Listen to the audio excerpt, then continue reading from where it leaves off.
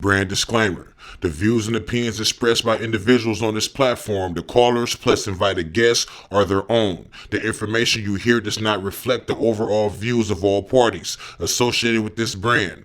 We encourage everyone to research all things heard live or via archive for edification purposes. Discretion is advised.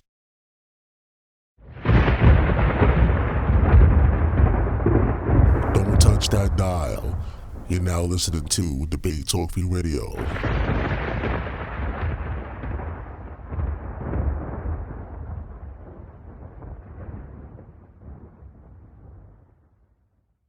Help keep the show on the air. If you want to help, you can send your donation through PayPal. The email is debatetalkforyou@gmail.com or through Cash App, $SALSHOWTIME. Thanks for your support. Yesterday, I had a conference call with these two individuals, and they're here today. They're going to have a dialogue, not a debate, a dialogue. But we do have a time format for this particular dialogue today on Debate Talk Radio. And we had a very interesting conversation on the phone. So I said, you know what? Let's make it a show. Let's bring it to the platform. And here we are. We're about to bring this information to you guys. Like I always say, get your pen and pads ready. Take down some notes. And if you have any questions, as always, feel free to dial that number, press number 1, and we'll add you in the conversation. Shout out to my boy Vinny. I see you. I see you donated to the program. Once again, I appreciate everyone that helps keep the show on the air. Like I always say, the show is free for you, but it's not free for me. Every month I have to pay a monthly fee for the show to keep going. So if you love Debate Talk for You, if you like what the show represents, if you want to keep the show going, help me keep the show going, feel free to donate. If you want to go to Cash App, use the $SALSHOWTIME. That's $SALSHOWTIME, and I'll give you a shout out if you want. Some people want to stay, underground. They don't want their names put out there. I don't know why, but if you want your name put out there, I'll gladly let people know that you donated to help to keep the show on the air. We appreciate the family that tuned in and support Debate Talk for You. So once again, shout out to Vinny for your donation.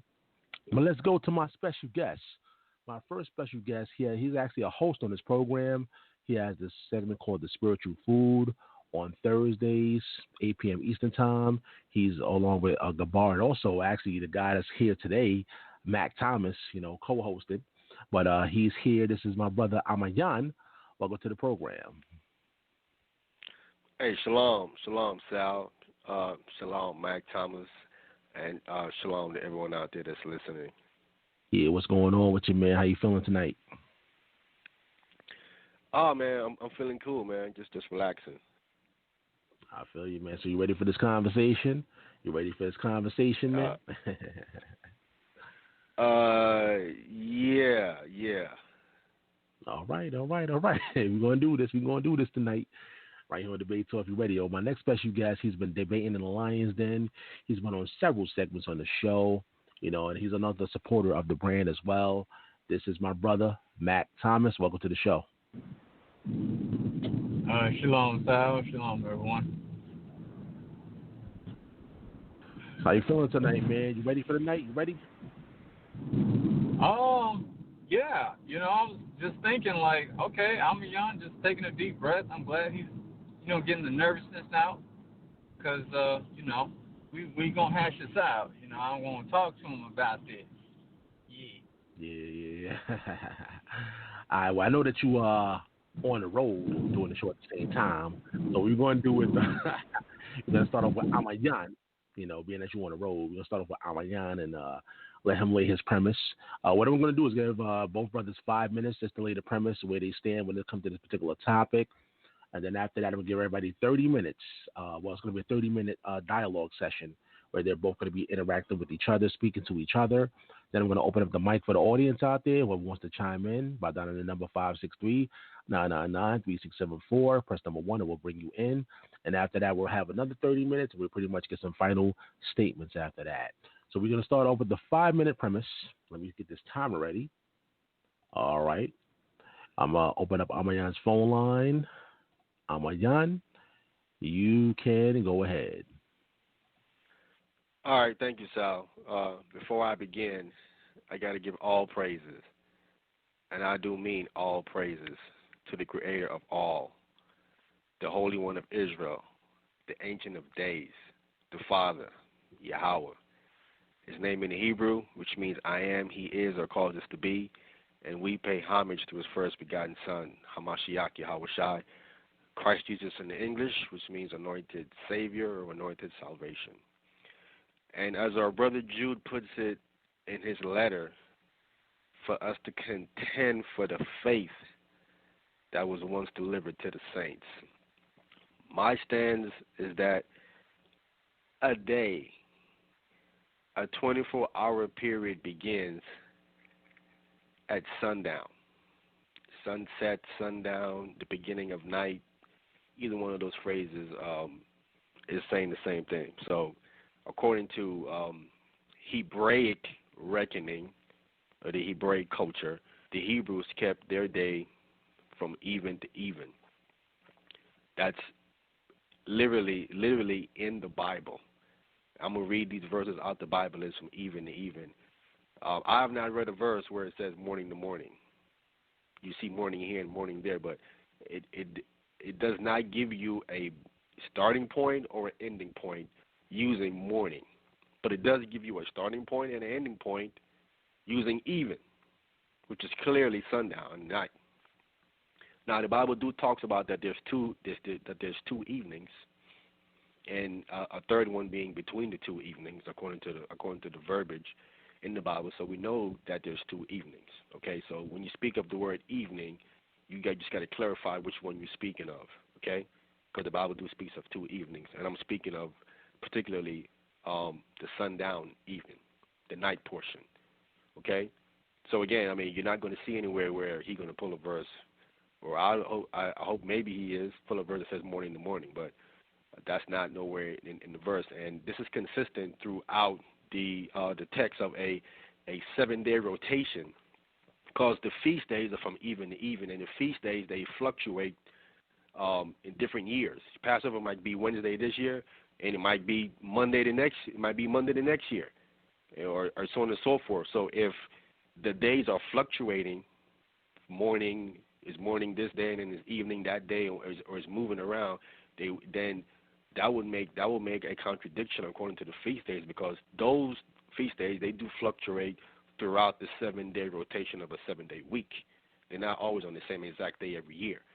So everything got to be, the day has to be the same, have to begin the same time and close the same time. And it has to coincide with the same time the feast would open and the feast would close, because the feasts do rotate themselves. So what's consistent here is even to even. Morning to morning does not fit nowhere. And we all know that the night came first. And I'm going to show these things throughout the text clearly. Okay?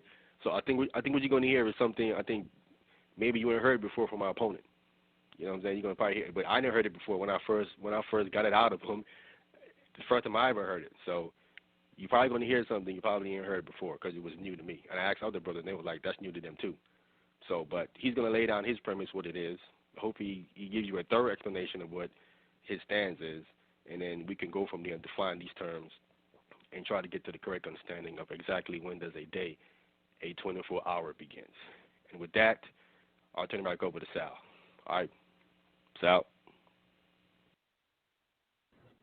All right, family. Once again, the number is 563-999-3674. We have a dialogue going down right here on Blog Talk Radio. When does a day, a 24-hour period begin? Special guest is Mack Thomas and Ahmayan. So now we're going to go to Mack Thomas with his opening premise. Give him 5 minutes. Let me set the timer, open up his phone line, and go ahead. Cool. Hopefully I can be heard clearly. Yeah, where I stand, the scripture says what we have learned aforetime, what the things that we understand aforetime was for our learning, that through patience and comfort of the scriptures we might have hope. So no offense to, my brother after this, Ahmayan, or to any other brothers that believe this, but where I stand is I believe that the scriptures show that how we're supposed to keep our Sabbath, or how we're supposed to keep a 24-hour day, is morning to morning. A day begins at morning and it ends at morning. And what I'm trying to convey to Ahmayan and to anyone who's listening, I pray that the Ruach HaKodesh, give me utterance, because I do want to be clear in my understanding. I do want to be clear, not in my understanding, but in the understanding of the scriptures, that when you rise up in the morning and when you lie down in the evening, you start your day in the morning again, because that's how our forefathers understood it. That's how the Most High created all things. That is exactly how we operate day in and day out. So I'm hoping and praying that that individuals see it, not because I'm saying it, but because there are scriptures in here that don't make sense from the view that if you're saying that the day ends at even and starts another day, then there are certain scriptures that go against that premise, because of the fact that nowhere in the very word itself, when it says evening, nowhere do you get the term that it starts a new day. Nothing in the definition signifies that it's a new day. Nothing in the definition points that it's a new day that begins. Nothing of that matter. Nothing of that sort. So I understand where Ahmayan gets Hebraic, using Hebraic sources and things of that nature, which I would find them questionable. But even regardless of the fact, even if they're from our own brothers, either way, if we've been following after something for 2,000 years and it's been wrong for 2,000 years, then we need to stop doing what's wrong and actually do what's right. So I'm hoping that as long as, me and Ahmayan have a respectful dialogue, and any to the callers that come in, I want people to see the scriptures showing that these words in here, when it's talking about morning, when the Most High created all things, it wasn't just a work week. This is how weeks go. This is how they are. This is what they were created for. Even if you use the feast days, you're only using one simple facet that occurred thousands of years later. How were they keeping these things before? How were they keeping the normal lifestyle that the Most High created? How were they keeping that before? And he shows it through creation that in the beginning, he created the things in the morning. Because if we paid attention to when it says a morning watch, we and Ahmayan, both me and Ahmayan, agree that the morning watch occurs at night. So it doesn't matter if if he says that, it occurs at night. He agrees that morning is part of the night. So if it starts at the morning and it ends in the evening and it begins at the morning again, how we are supposed to conduct every week of the year, point blank, period. So with that, I pray that we have shalom, and that the ruach of understanding be in us both, so that no one comes out with pride or any strife or anything like that. I love my brother. I love all those who are listening and those who may be listening in the future, because I want people to actually, hear the truth, see brothers debate, talk about this out, and we're able to come to a mutual understanding. All right. With that, I am. Shalom.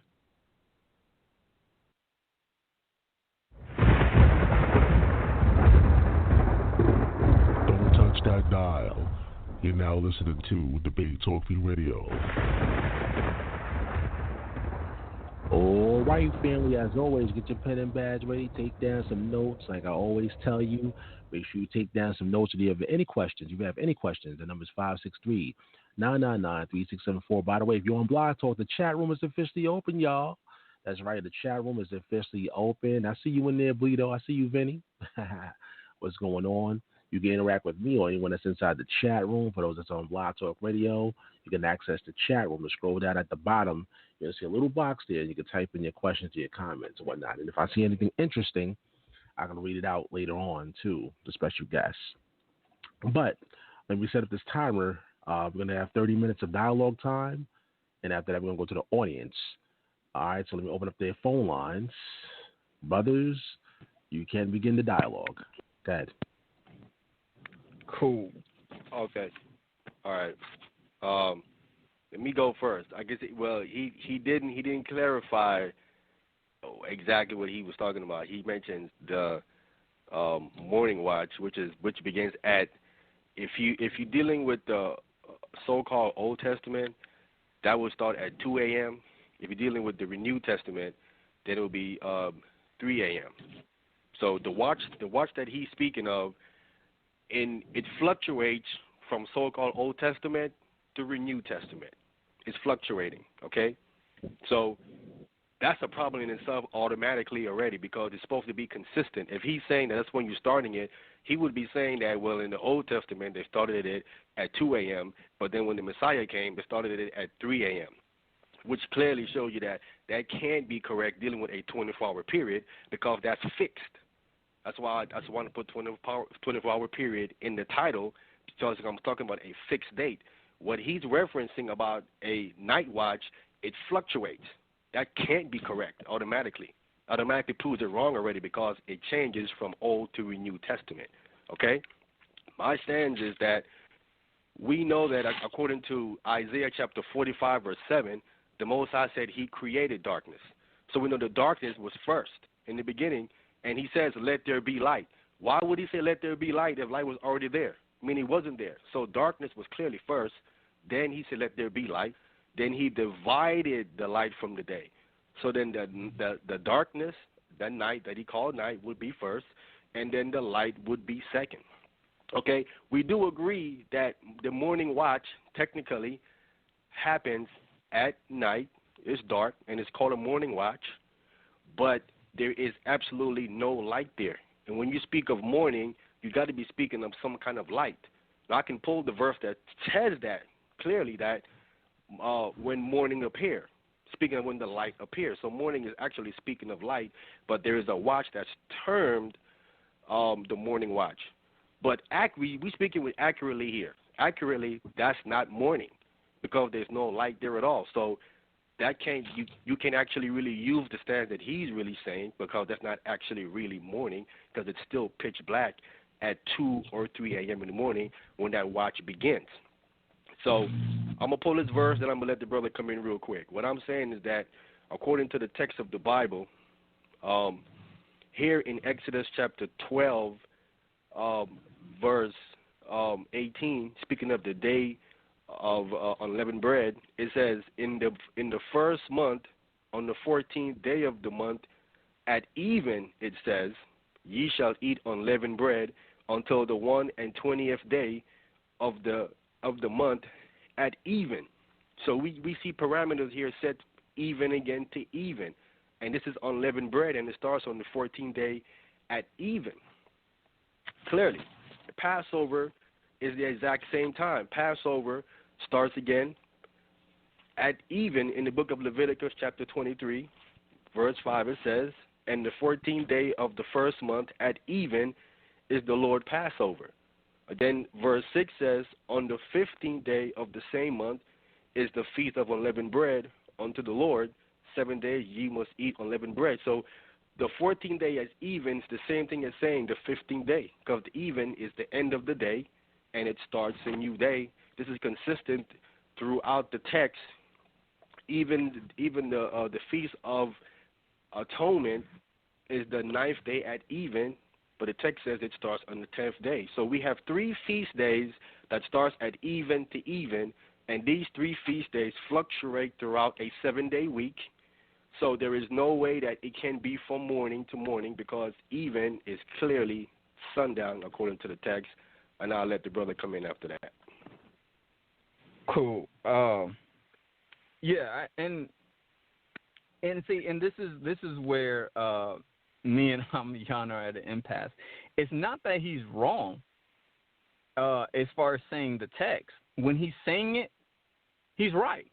You started at even, you ended at even. I don't have an issue with that. The problem is how you interpret that to say that it's a new day once even comes. It never says that. It's an inference to say that you start it here. That simple thing. If I sent a text to Ahmayan and said, "Hey, I'm going to have a party at even, and I'm going to have a party, let's say 7:00 evening, okay, and the party is going to extend till 7:00 the next day at evening."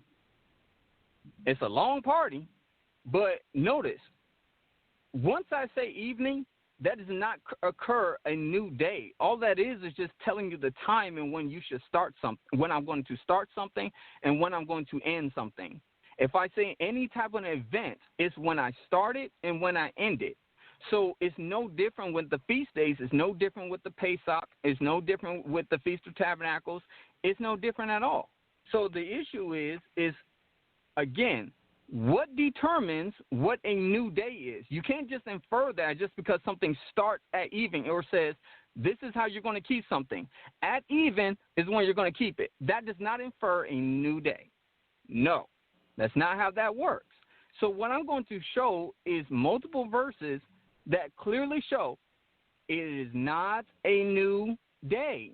All they're doing is having something at a certain time. It never infers that any of the things or events that's been happening is a new day. So we're going to go to Shammut, Exodus chapter 16. Exodus chapter 16, and we're going to start at verse 4.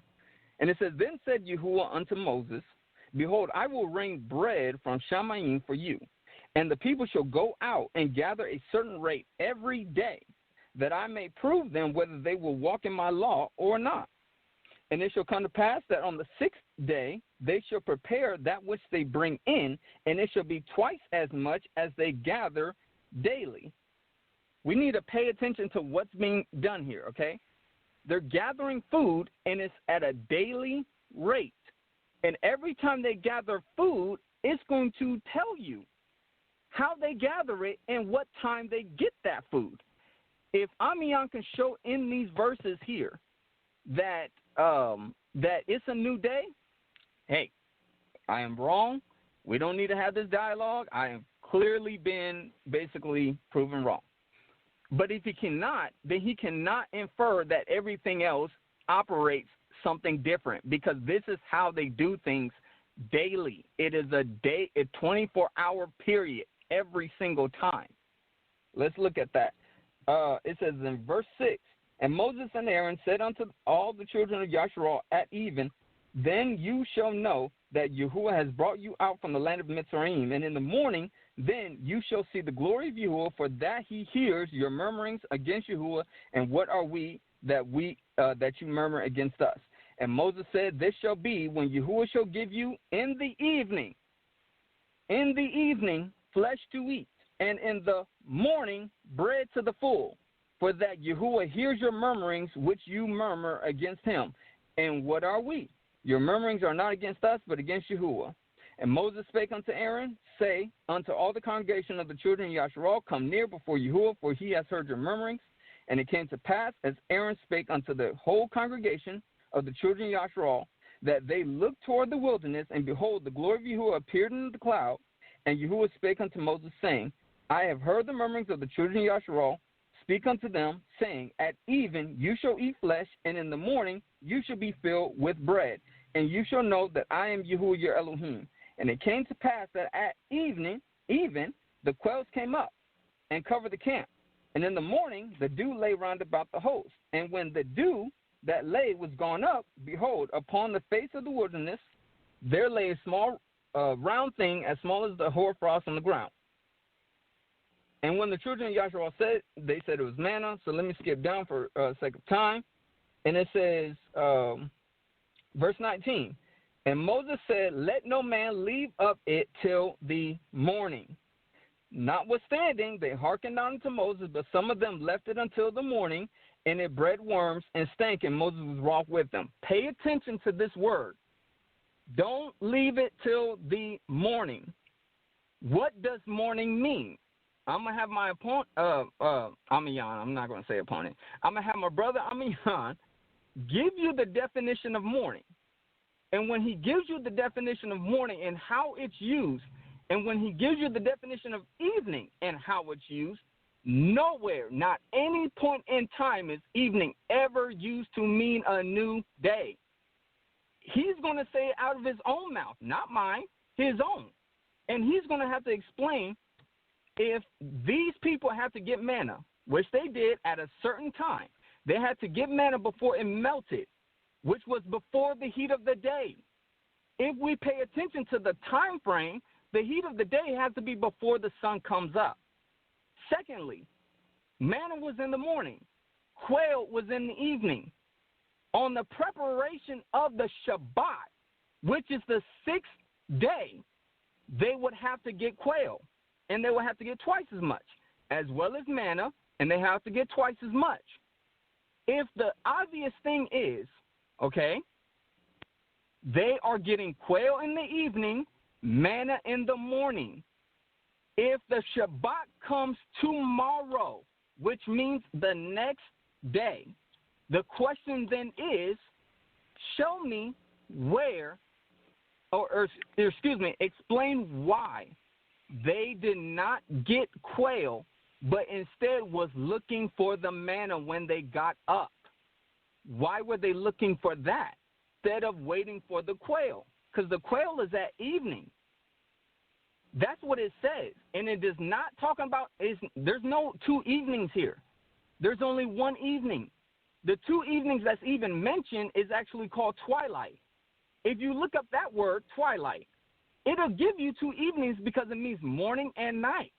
Why? Because when you go to the scriptures in the renewed covenant, when you go to the scriptures in the renewed covenant, it mentions that when Mashiach said, "Hey, you look into the sky when it's at evening and the sky is red, you know that it's fair weather." He didn't say it's a new day. He said the sky is red, which is exactly what twilight gives, because twilight is the breaking point where redness is in the sky in the morning, the break of day, and the evening, the sun going down. Go ahead, Ahmayan. I'm sorry. Okay. Now, if you listen closely to what I said, I prove what I'm saying. But I'm going to have to go over it again, and I'm going to have to, dumb it down and go real slow through it again, because I proved that the day began at night. But I'm going to go over what I said again. But to address what he said, I'm going to quote him now what he said. He said, the heat of the day is before the sun came up. Let me repeat it again. This is what he said. The heat of the day, he said, is before the sun came up. He's saying it is hot and there's no sun. What does he got to do saying? Now, I'm pointing that out is that there's nowhere here in chapter 16 of Exodus that uses that phrase. He means to say when it wax, because it says that the sun wax hot. And when something wax hot, that means it's a starting point and it got hot. There is no way that the sun could have been in heat even before the sun even came up. It wouldn't make any sense. You know what I'm saying? But nothing here in Exodus 16 tells us when a day begins. It just tells us when they went to go get the manna and when the quail came. Nothing at all to do whatsoever with a day beginning or ending whatsoever. But what I showed you details all of that. Now, I'm going to have to dumb it down now so you can get what I'm saying, what I just got to saying when I first even started out. I'm going to come back and go over it again and dumb it down. All right? I'm going to come to Leviticus 23 again, and I'm going to dumb it down. Leviticus 23. Listen real close to what I'm saying.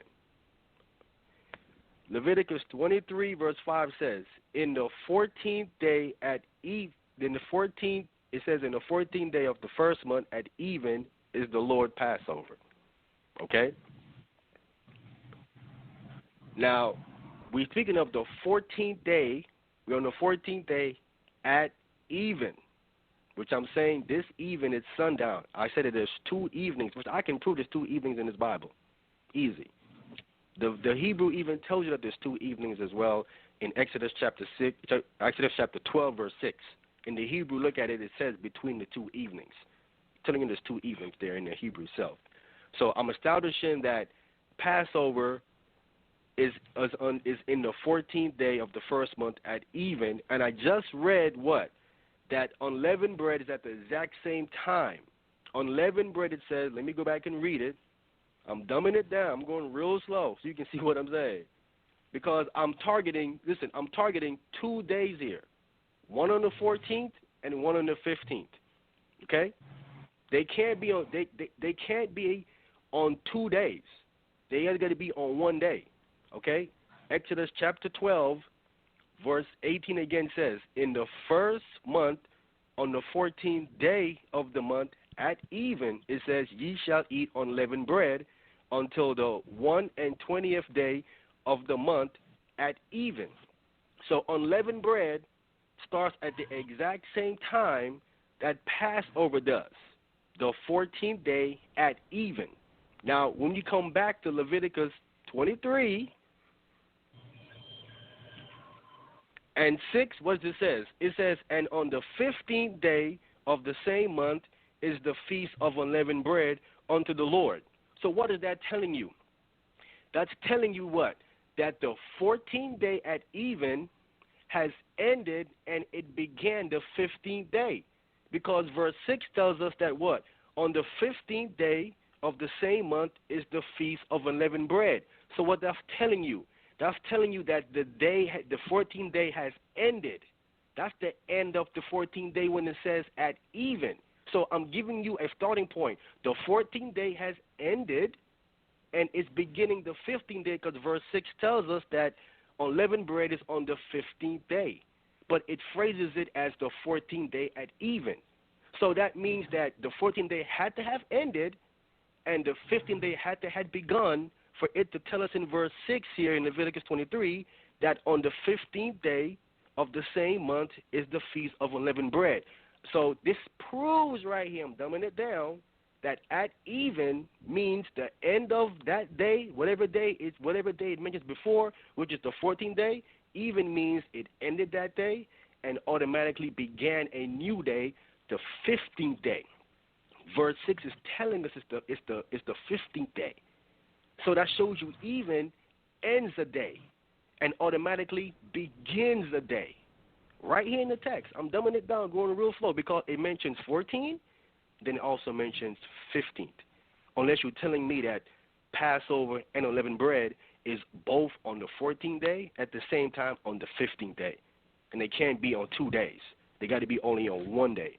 The only thing that makes sense here is that even ends the 14th day and begins the 15th day. And I'll turn it back over to Mack.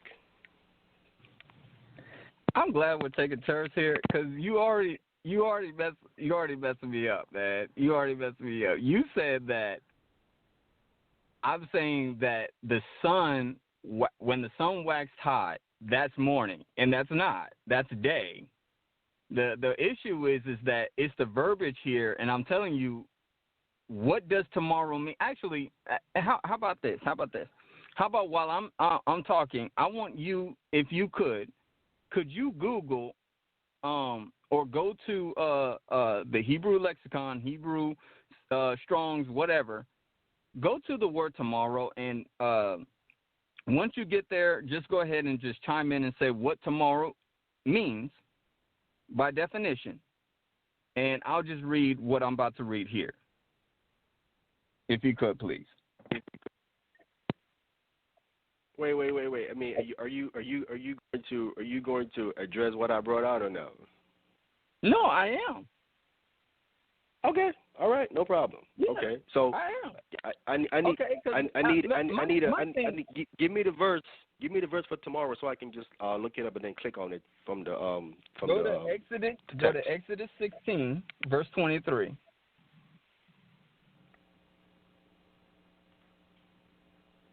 Okay. Go to Exodus 16, verse 23. Because my thing is that, okay, we're focusing on what starts a new day. Every time Ahmayan keeps going back to the feast days, no offense, not doing anything, but every time he keeps pointing that out, this is the issue.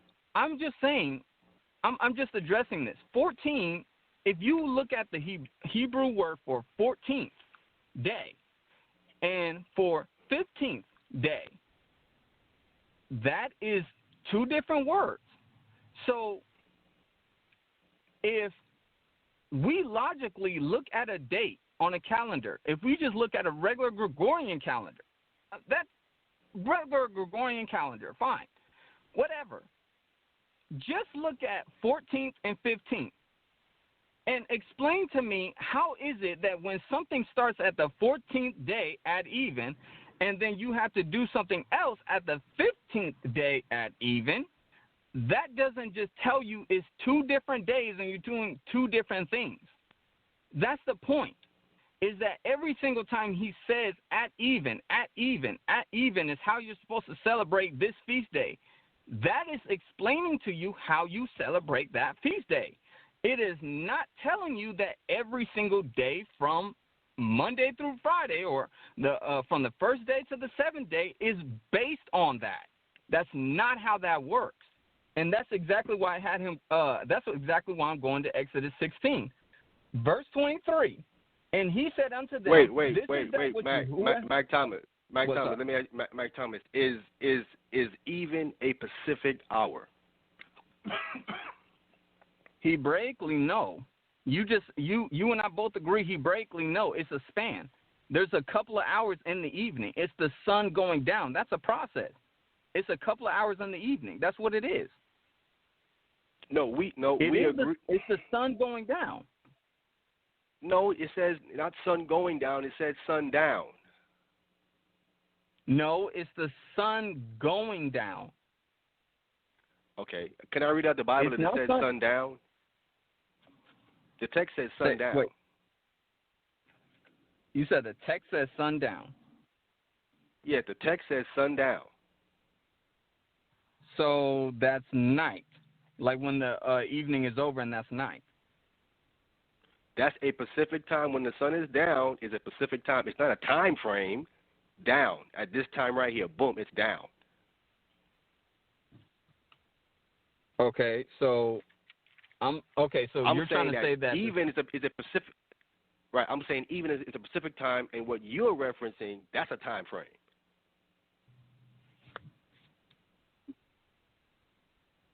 Wait. How is it that we're looking at evening watch, morning watch, middle watch, and all of these are time frames, but that's not how the actual time is? Like, it's the sun going down. That's what it is. Because the text uses even and it says sundown. It doesn't use it it's not using it as a watch. You're talking about night watches. Even itself, the text uses it and says that's sundown. You're speaking of a night watch. Okay, so let's see if that's the case, because I'm telling you it is contextually that's how it works. Because if you look at I'll just go straight to the scripture. In Joshua chapter 10, real quickly, in Joshua chapter 10, this is talking about the attack that they had on AI and a whole bunch of, as well as a whole bunch of, for the sake of brevity, for a whole bunch of other Canaanite tribes. And it says, verse 13, and the sun stood still, and the moon stayed until the people had avenged themselves upon their enemies. Is not this written in the book of Jasher? So the sun stood still in the midst of Ahmayan and hastened not to go down about a whole day. So about a whole day, the sun did not go down. Why am I going to this? Simple. In verse 25, and Joshua said unto them, fear not, nor be dismayed, be strong and of good courage, for thus shall Yahuwah do to all your enemies against whom you fight. And afterward, Joshua smote them. He's talking about the captains, all the kings that they had that they were attacking, and slew them and hanged them on 5 trees. And they were hanging upon the trees until the evening. There is no way. There's no way. It's talking about the sun going down. The reason why, because the sun was still up, and they hung them on the trees until evening. If Wait, the verse evening 27 says that. Wait, what? Verse 27. 27, and it came to pass at the time of the going down. Wait a minute. This goes to my view, because according to the Torah, they're not supposed to leave a body hanging upon a tree the whole day. They have to take them down that day. They have to take them down according to the Torah. So if they did not take them down until the evening, the sun is down. The sun is straight down. They already had them on there at the evening. If it says that, then that means they're in violation of Torah according to you, because they kept the people on the tree hanging there the entire time, and they didn't take them down that day. Mack Thomas, did I not open up and I say that there's 2 evenings? Yes or no? No. I understand you opened up and said that. The problem is that it's past that point. The sun is already down. They're not talking about 2. No.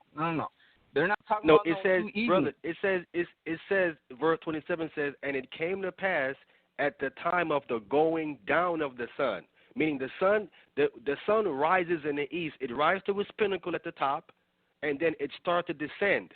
So when it says here at the time of it going down, that means it's at its pinnacle and it's starting to descend down at that point. That's not evening, though. Down, evening is when the sun is. Evening is when the sky is red. That's what Mashiach said. He said when you see at evening. Mac, it called it evening in verse 26.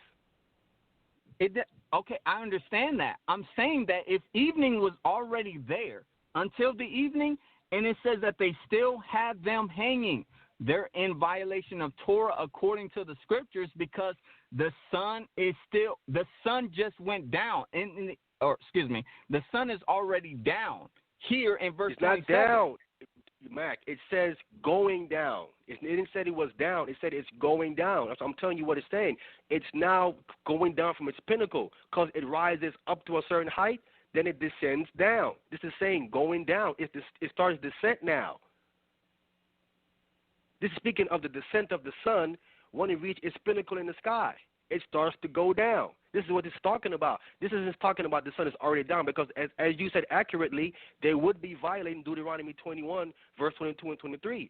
But if the sun is just coming down now, they're not in violation of it, because it's on its way down. It isn't down, gone.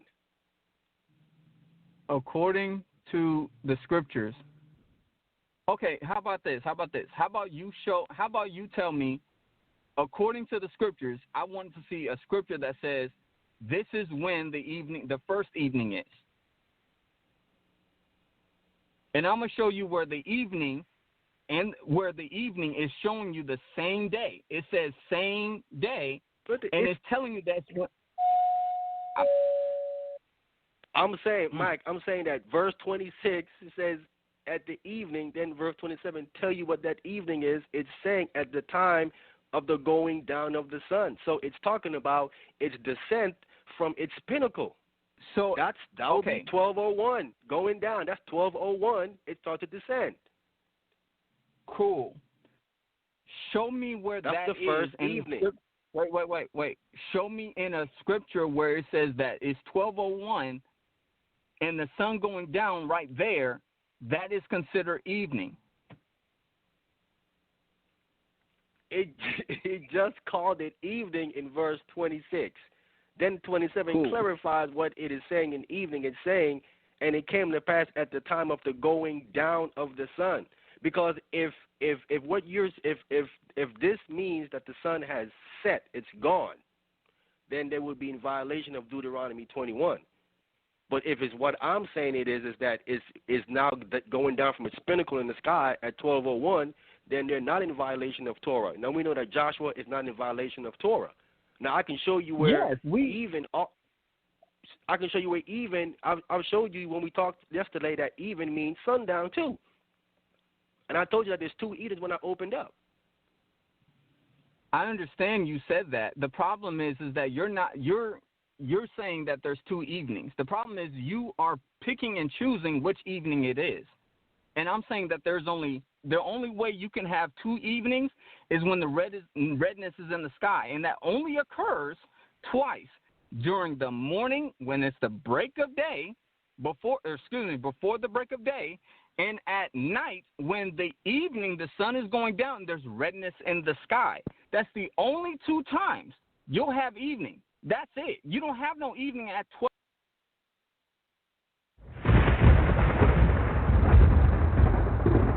Don't touch that dial. You're now listening to Debate Talk Radio. All right, fellas. 30 minutes is up as promised. We're going to open up the phone lines out there for those who want to chime in. I see we got people listening to the show. Again, if you want to chime in, you have any questions on the information that you heard, simply press number 1.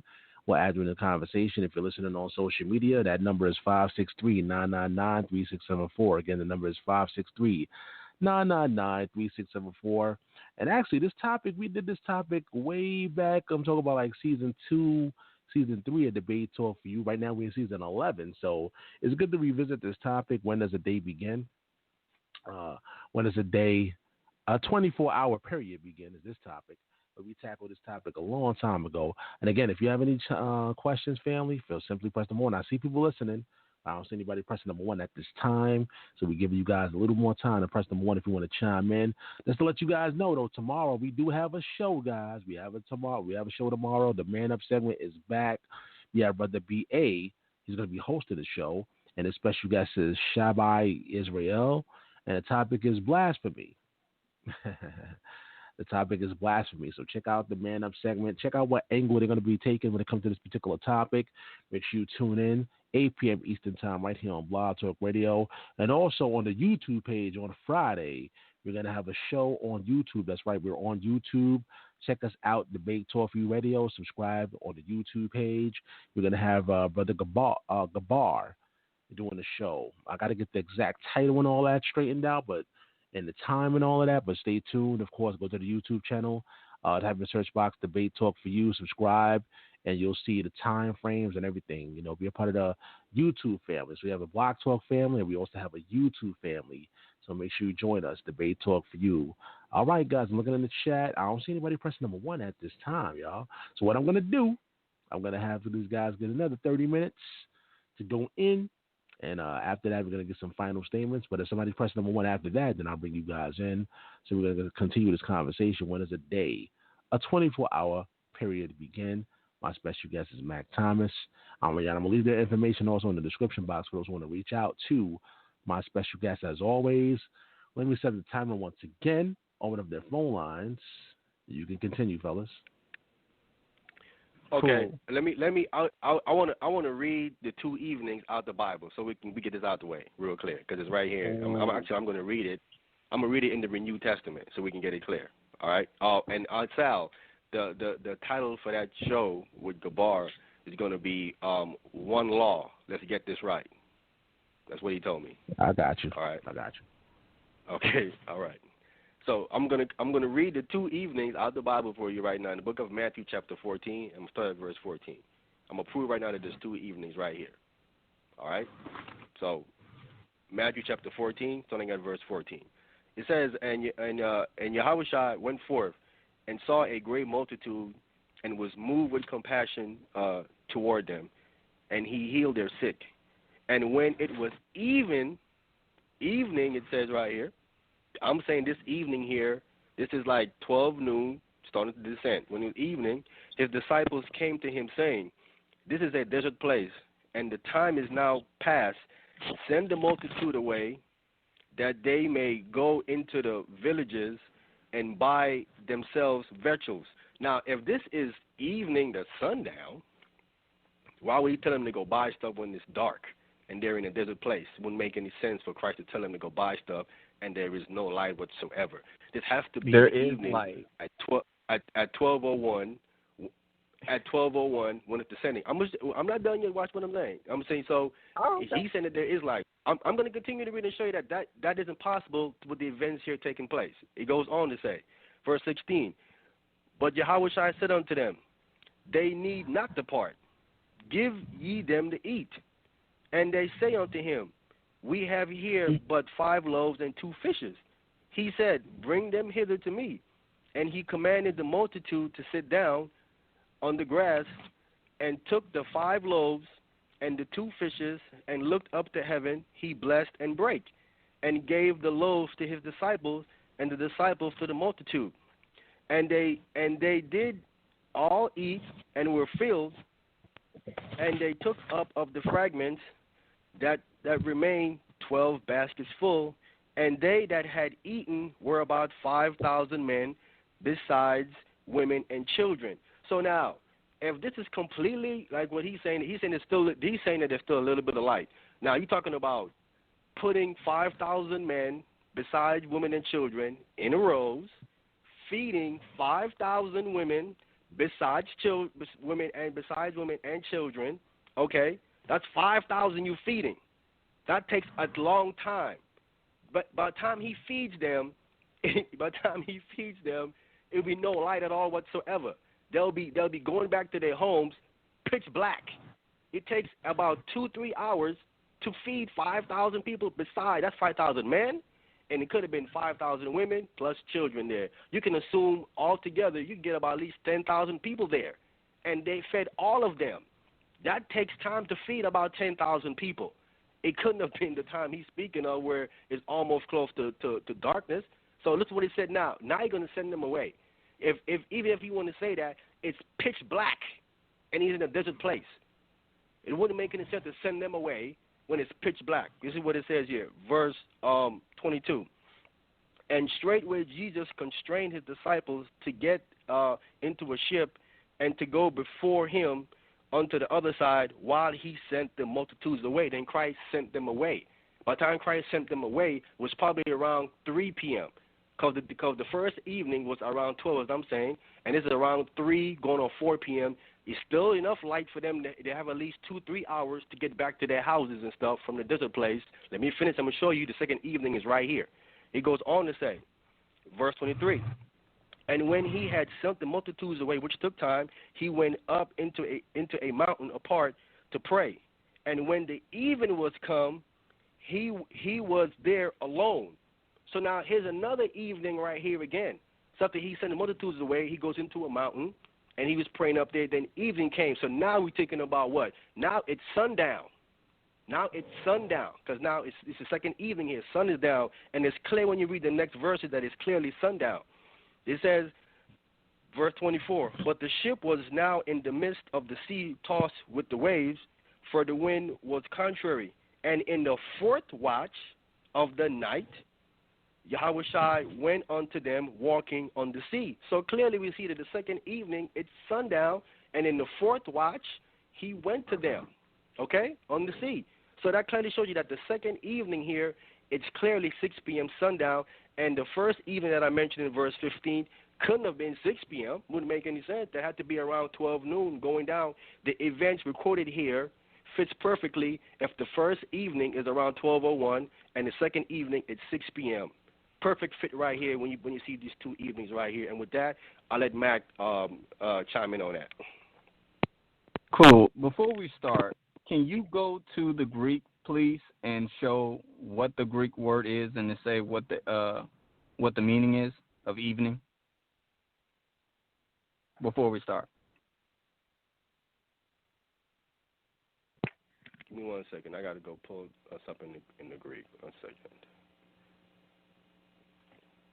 Cool.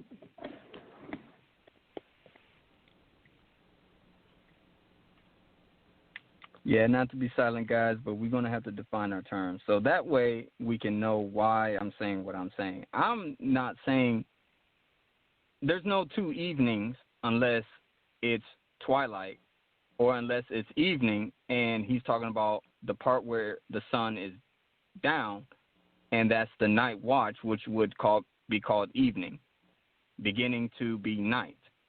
So it doesn't doesn't bother me when I'm looking at the words and there's evening and then evening was come again. But it never says, and this is what I'm trying to get at. If you look at the time periods, there's only one evening because it tells you what night watches are. You look up what a day watch is, there's no such thing as evening that ever begins at 12 o'clock, ever. So go ahead. It's evening here. It's the Greek word is apsios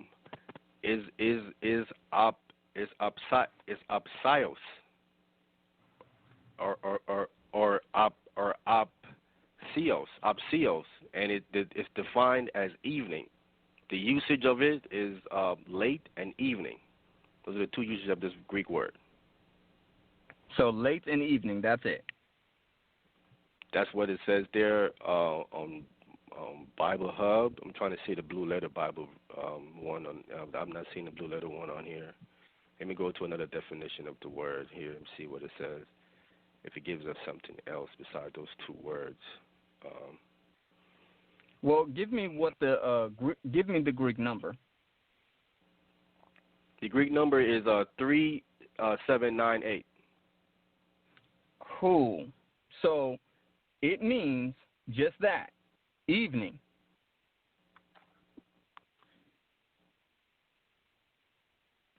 It means just that, evening, sun going down. Am I wrong? Yeah, you'd be wrong because I'm saying when you read here in verse 14, verse 15, and it says there evening, you're saying that the sun is going down, but then after that he feeds about 10,000 people in the desert. So what you're saying is that he fed them in the dark. So what you're saying? Okay. It makes no sense. I'm gonna go to Mark. No, I'm asking you a question. Mark. Are you saying right here in Matthew chapter 14, verse 15, that he fed 10,000 people in the dark? No, and that's where the issue comes in. It's not dark. I keep saying when the sky is red and you're not paying attention to that. Evening is a span. It's a period of time, it's a time frame. Just like as you mentioned with the morning watches, with the let's look at that. The watches, the night watches, what are they? There's 4 of them in the Greek, and there's 3 of them in the Hebrew. The 4 that are in the Greek, evening, which is a span of what? 3 hours. You got evening, midnight, cock crowing, and you have morning. That is a night watch. Then in the Hebrew, you just have evening, middle of the night, midnight, and then you have morning. That's all you have. Now twilight could be considered one of those, but that's still a process of can be both, considered nighttime and morning, because it occurs during the redness of the sky. That's what evening is. That's what Mashiach said evening is. He never said evening was, when you see in the middle of the day, when the sun is going down, in the middle of the day, that's evening, and you say it's fair weather. He said when the sky is. I got you. Wait. I'm trying to think what you're saying. What time is that? Can give us a rough time frame of the redness of the sky you're speaking of. Roughly what time would that be? The redness of the sky is roughly, if we're using the Roman watches, it would be roughly, they're 3 hours each because there's 4 of them. They're 3 hours. So roughly 6 p.m. to roughly 9 p.m. And then that would be start the midnight, which would be from 9 p.m. to 12 a.m. So that's roughly what it is. Now, Hebraically, it's just one more. It will be from 5 to 9. Or wait. Mack Thomas, those are night watches you're speaking of. I'm saying that's how they operate. We're talking about Hebraic. We're talking about Hebraic concepts to show you how that's how they operate. Case in point, the same scripture. I have one question. I have one question before you can go. I'm trying to say that verse 15 talks about an even, and then verse 23 talks about the even, and then there are events in between those two evenings there that it's speaking of. I'm trying to understand from you. You telling me that this first evening is which night watch is this first evening here in verse 15? Because we this is right before he feeds 10,000 people. No. So you saying Wait a minute. Which one is it? A night watch is, there's only 4 night watches, Ahmayan. So if there's 4 night watches, I'm asking evening you, is one of them. Wait. I'm asking you, in verse 15, which night watch is this in verse 15? I'm asking you. It's not which night watch is it. It's only one. It's evening. That's it. There's only one evening, which is in the night watches. What I'm trying to explain to you is that I'm asking. I just told you. It's roughly from 6 p.m. to 9 p.m. That is the evening watch. Mack That's Thomas, what it is. You're saying, Mack Thomas, that Jesus Christ fed 10,000 people in dark night, is what you're saying here. It's not dark night, Ahmayan. It's not dark night. All right, bro. It's when the sky, evening is when the sky is red. Here's the issue. I'm about to go to the same chapter where you was, and I'm telling you, this is Hebraic thought. This is how they think. In verse 25, it says, "In the 4th watch of the night, Yahushua went unto them walking on the sea." What time is the 4th watch? What is that, and what is it called? What is the 4th watch? This is Matthew. What is the 4th watch? That's 3 a.m. to 6 a.m. My point exactly. So I'm telling you, if they operate like that, it's a span. It's a time frame. When they're talking about evening is here, they're not mentioning no new day, which is the issue here. We're trying to figure out, when does a new day begin? When does a new 24-hour day begin? It never mentions that. Not here. And it's only talking about... I can't. Mac, I came here to, you said show you in the text where there's 2 evenings. I came here to show you that there's 2 evenings here, and they're just 2 verses apart. You telling me that this first evening here is a night watch, which is from 6 p.m. to 9 p.m. So I'm trying to establish to you, according to the events recorded here, if what you're saying is correct, Christ feeds 10,000 people. Okay, that takes time to feed them. Then they got to eat it, plus women and children. There's children there. Got to eat too as well. And then he sends them away. According to you, he would be sending them home. There's in a desert place. He feeds 10,000 of them, or probably more, and then that would take at least 3 hours to do all of that because they got to eat it as well with children. So at this time, it would have to be at least 9 p.m. You're saying that he sent them home at 9 p.m. from a desert place, is what you're saying. I'm saying that doesn't make no sense right here according to the events recorded. Christ will not send people home at 9 p.m. from a desert place to go to their homes, bro, with women and children with them too. So if it was only men, you might have a point. But if there's women and children there, he's sending them home at 9 p.m. at night from a desert place where they can be harmed going home. I'll make no sense, bro. Here's the issue. No, here's the issue, Ahmayan. If you just read the definition of what evening is, which I agree with you, evening is G3798. Here's the issue. It doesn't matter what you think about what happened there in the pertaining to the events. It doesn't even. It's not even relevant, because the issue is that what does the definition say what evening is? It does not give you your parameters, and it doesn't. And the only parameters is at night, and that's what Mashiach said. He said, watch, because you don't know when the master of the house is coming at night, which were night watches he mentioned. Evening is one of them. There is no way out of that, because you can't say evening was just some other time frame that you could think of. That's not how that works. I'm not thinking it up, brother. I'm saying what you are saying logically is lunacy. That's the first point, because you're saying that with women and children out there, you saying that the Messiah is irresponsible enough to have men, women, and children in a desert place at 9 p.m. and sending them home. That's being irresponsible, first of all. That don't make no sense at all. Second of all, you read in Joshua, bro, when it says, you read Joshua where it says there, evening, then verse 27 says, at the going down of the sun. And I'm telling you, we all know logically that the sun rises to a certain point and the sun sets. I mean, it descends. That's the going down of the sun. I don't know how you don't see that. That's simple to see. Because, Ahmayan, the issue with that is that if evening gives you your parameters, and you can't find nowhere in this Greek word where the evening ever means middle of the day of the sun descending. You can't use that. You just read it. That's my point. Wait. Brother, we just read it in Joshua. Wait, Ahmayan. I'm trying to get to a scripture here.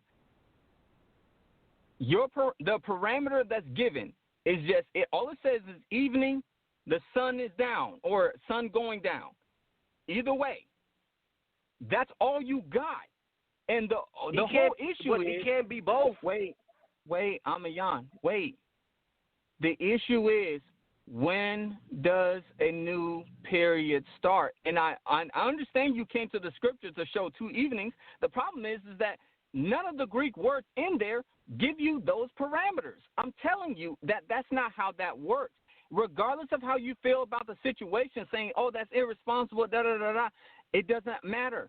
It tells you evening was here, and then when evening was come and that the sun was down, he descended to someplace else. See, that's the point, Mack Thomas. That's the point. See, according to you, what you're saying just now is that what's recorded here about this miracle of feeding 5,000 people, you saying that that's irrelevant. That's the problem there. Like you are discounting recorded. You are, because you're saying that doesn't matter, and it does matter because it established us that an event took place and that needs time for that event to take place. You are discounting the time that this event has to have taken place, and because this event takes time to have taken place, you have to put that calculation into when you're calculating something. But you are dismissing that, and that's the issue. Cool. Is there an issue? Okay, so let's look at that, because I'm going to use the same Greek word, G3798. Remember this word, G3798. That is evening. So my point is that when evening comes, it is the same day. It does not start a new one. No matter what definition Ahmayan uses, when he goes to evening, it doesn't start a new one. So it does, if that brother. is the It case, has wait, to. It has to. Ahmayan, wait. I understand you want it to be. Here, I'm about to get to the scripture right now. Brother, the text says the 14th at even, but it calls the 14th at even the 15th. That means the 14th at even had to end the 14th day and began the 15th day. That's just plain logic. That ain't me doing that. The text is telling you, how can I call something the 14th at even the 15th day? How can I do that? Cool. There's no way you can call it the 14th at even. I'm going to show you how you can do that. I'm going to show you how you can do that. Mark chapter 4, verse 35. Mark chapter 4, verse 35. And the same day when the even was come, he saith unto them, let us pass over unto the other side. Now, I'm just letting you guys know this right now. All of the events prior was going on. It says the same day when the even was come, pass over to the other side. It said the same day. Now, this is 2 chapters of him doing things on the Shabbat. And this is 2 chapters, because all you have to do is go to Mark chapter 2, verse 23, because the reason why he's talking about let us pass over to the other side, because he's in a boat. Mark chapter 2, verse 23. And it says, and it came to pass that he went through the cornfield, or excuse me, wait a minute, make sure I'm in the right place. It says, and it came to pass that he went through the cornfields on the Sabbath day, and his disciples they went to pluck the ears of the corn. Okay? So they're going through the Sabbath. This is the Sabbath day. Let's go to Mark chapter 3, verse 2. And they watched him, whether he would heal him on the Sabbath day, that he might, that they might accuse him. Same Sabbath. Verse 9. And he spake unto the disciples, Mashiach talking. He spake unto his disciples that a small ship would wait on him because of the multitude, lest they should throng him. Mark chapter 4, verse 35 is him in the boat. This is evening, and it still says the same day when the sun is down, point blank, period, Ahmayan. There is no way you can get past that. My point being is... Wait a minute, hold it, Mack Thomas. Wait. Here's the problem. Here's the problem. You never established in Mark chapter 2, verse 23, what time that was of day. Ahmayan. You never established what time that was. Wait, Ahmayan. You mean to tell me, just like you pointed out with the events and stuff like that, this is 2 chapters of him doing things, healing people, because multitudes are coming to him. No, he's teaching. No. Chapter 4, this is a teaching in chapter 4. It's all a teaching. He's healing somebody right on the Sabbath in verse 2. But chapter 4, he's just talking. That can be done in about 15, 20 minutes. What are you talking about? He's talking in chapter 4. He's just talking. Okay, so that prior takes a to little that, time what to is do. he doing? No. Prior to that, what is he doing? What else is he doing? This is the same day. So what else is he doing on this same day? Brother, he's doing a whole lot of talking. It says right here, and he spake to his disciples that a small ship should wait on him because of the multitude, lest they should throng him.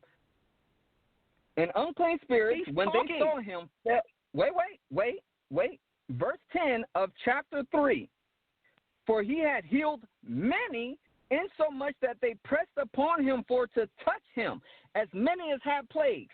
Verse 11. And unclean spirits, when they saw him, fell down before him and cried, saying, Thou art the Son of God. And he straitly charged them that they should not make him known. And he goeth into a mountain and calls unto him whom he would that they came unto him. He went into a mountain. You're telling me, come on, man. Even if he's going to a mountain, he's calling the people to come unto him that he's chosen. On top of that, he's talking. And then when he says the evening has come, the same day, you mean to tell me that's only 12 o'clock and that's not sundown? Are you serious? Brother, all that can take place in 12 hours. What are you talking about? Ahmayan. He started doing things. All that, not 12 hours, my bad. All that can take place in, all that you read just now can happen in 6 hours. Ahmayan. It started in chapter 2 where it's the Sabbath day, 23. That's 6 a.m. Chapter Mark 2, verse 23, it's 6 a.m. No, that's fine. How long was he waiting for a boat? It doesn't say. I'm not speculating. He doesn't say. I agree. How long when he doesn't say? I agree. How long does it take to heal a multitude?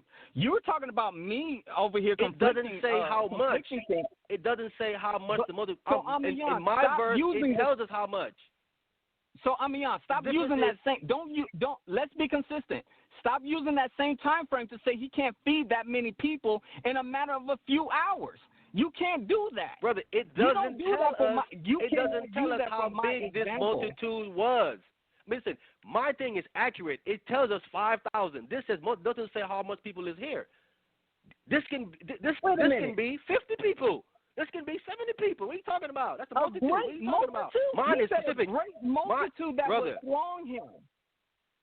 Brother, that can still be 50, 70 people, 80 people. Mine says 5,000 men besides women and children. That's like 10,000. This just says multitude. There is no specific number here. So you mean so let me get this straight. How in the world? This is what I'm trying to figure out. How in the world can you sit here and say it's a multitude here? And we don't know how many it is, even though the word multitude never says no 50 people, man. Come on, man. It don't count no multitude as 50 people. They would have counted them. How much you then? Okay. How much you're saying is here then?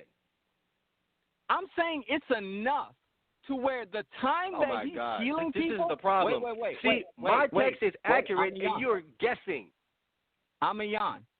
Ahmayan, the issue is here is that as much as you want to say that he can't feed 10,000 people in a span of 4 to 3 hours, as much as you want to say that, the problem is where we stand as far as the verbiage that we're using. My verbiage is consistent because I told you.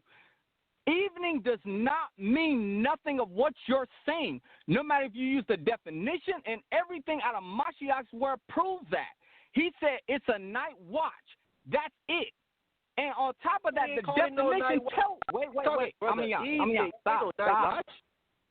Ahmayan, Mashiach did say it was a night watch. Bro. Ahmayan, brother, you making listen. You never established a time when you were in Mark chapter 2, verse 23. I had to put the time in there for you. You didn't put no time in there at all.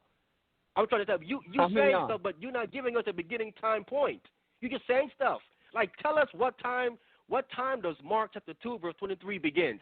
Give us a time, like I did. I said it was 12:01, the first evening. So, wait, Ahmayan. You ain't doing that. Wait, Ahmayan.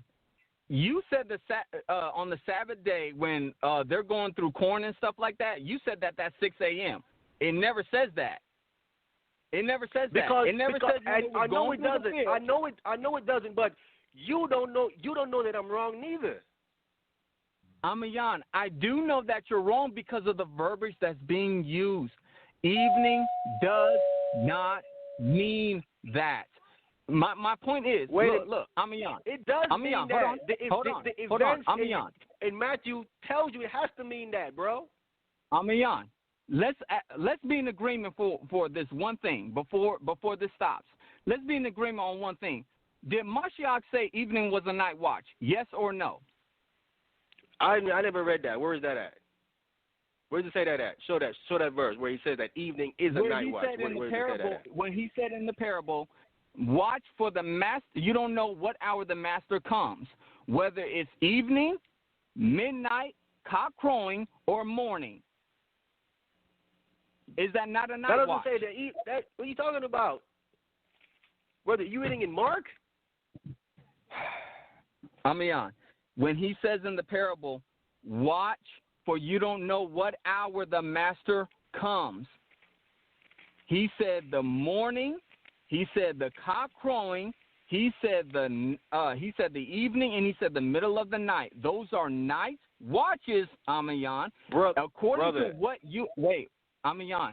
According to what you understand, why are you denying the Hebrew, bro? I'm asking you, why are you denying the Hebrew? I'm not denying it. In Exodus, wait a minute. Exodus 12:6 says between the two evenings. Does it not say that? The problem is what they're defining as evening, Ahmayan. It says 2 evenings. Not forget the evening definition. Evening, it says Ahmayan? 2 evenings. Wait, does it say 2 evenings or what? Yes or no? It does it say 2? Yes or no? Does it say in between the 2 evenings?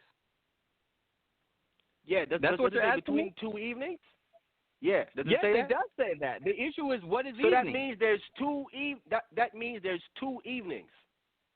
Ahmayan, what does evening mean?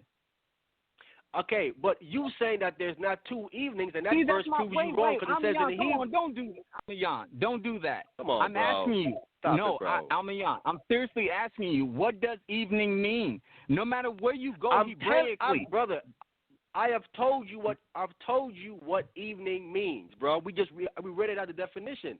It says evening and late. We read it. Did we not read it? So Ahmayan, if it means late, if it means sometime during when the sun is down or when the sun is going down, whatever, you keep saying in between the 2 evenings. And I'm telling you the only time that occurs is when the sky is red. And that only occurs during the morning and during the evening. You can't get around incorrect. That. That's why. That's not the truth.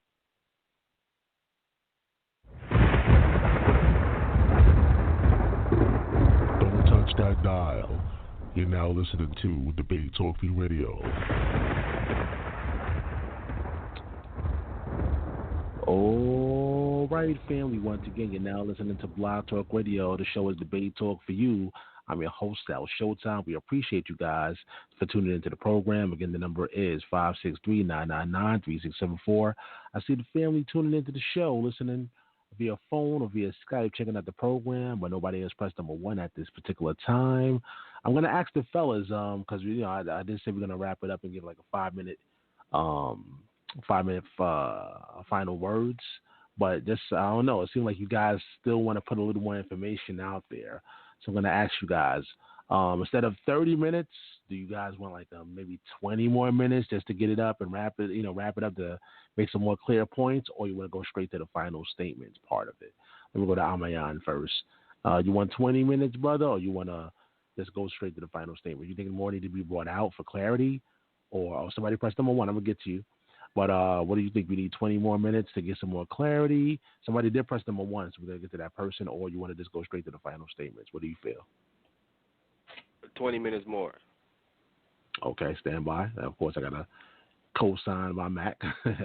Yeah, Mac, do you think we need 20 more minutes just to get some more clarity, or you want to just go straight to the final statements? You don't even need to ask me, man. Give me that 20 more minutes, man. I got you, fam. I got you.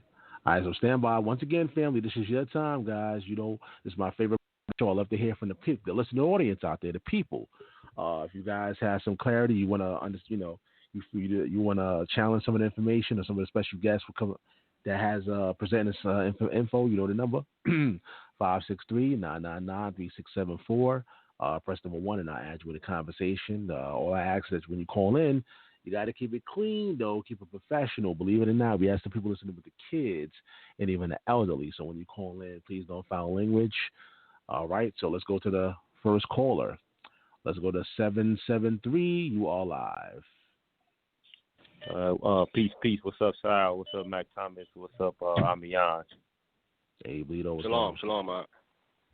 I'm listening to y'all dialogue.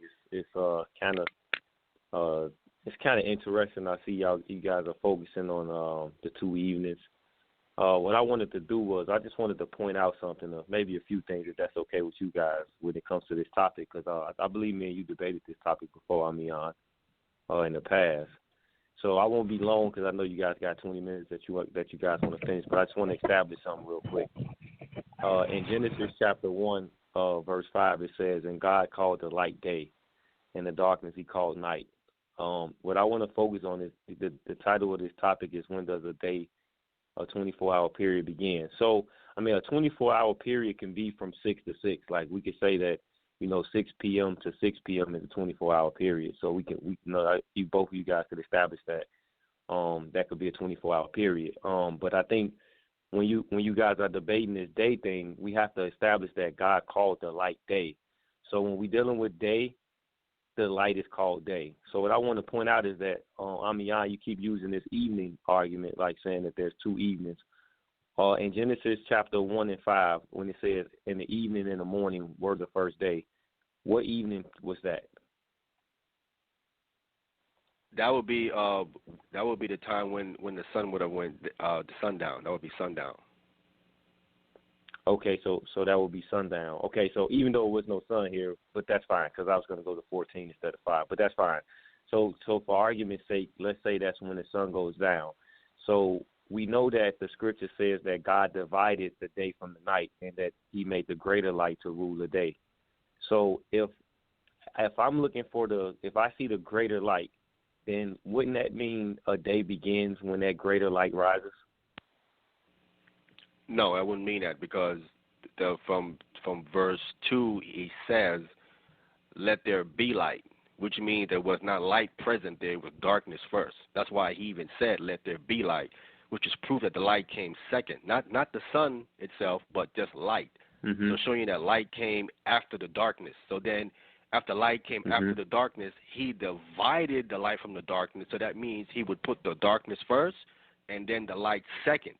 So that means that then that's this 24-hour period known as day, which the Bible phrases as 3 days and 3 nights. That's 24-hour period in a day, and Christ says there are 12 hours in a day. So that's why I put in the title a 24-hour period, because the scripture speaks of day as a 12-hour period and also as a 24-hour period.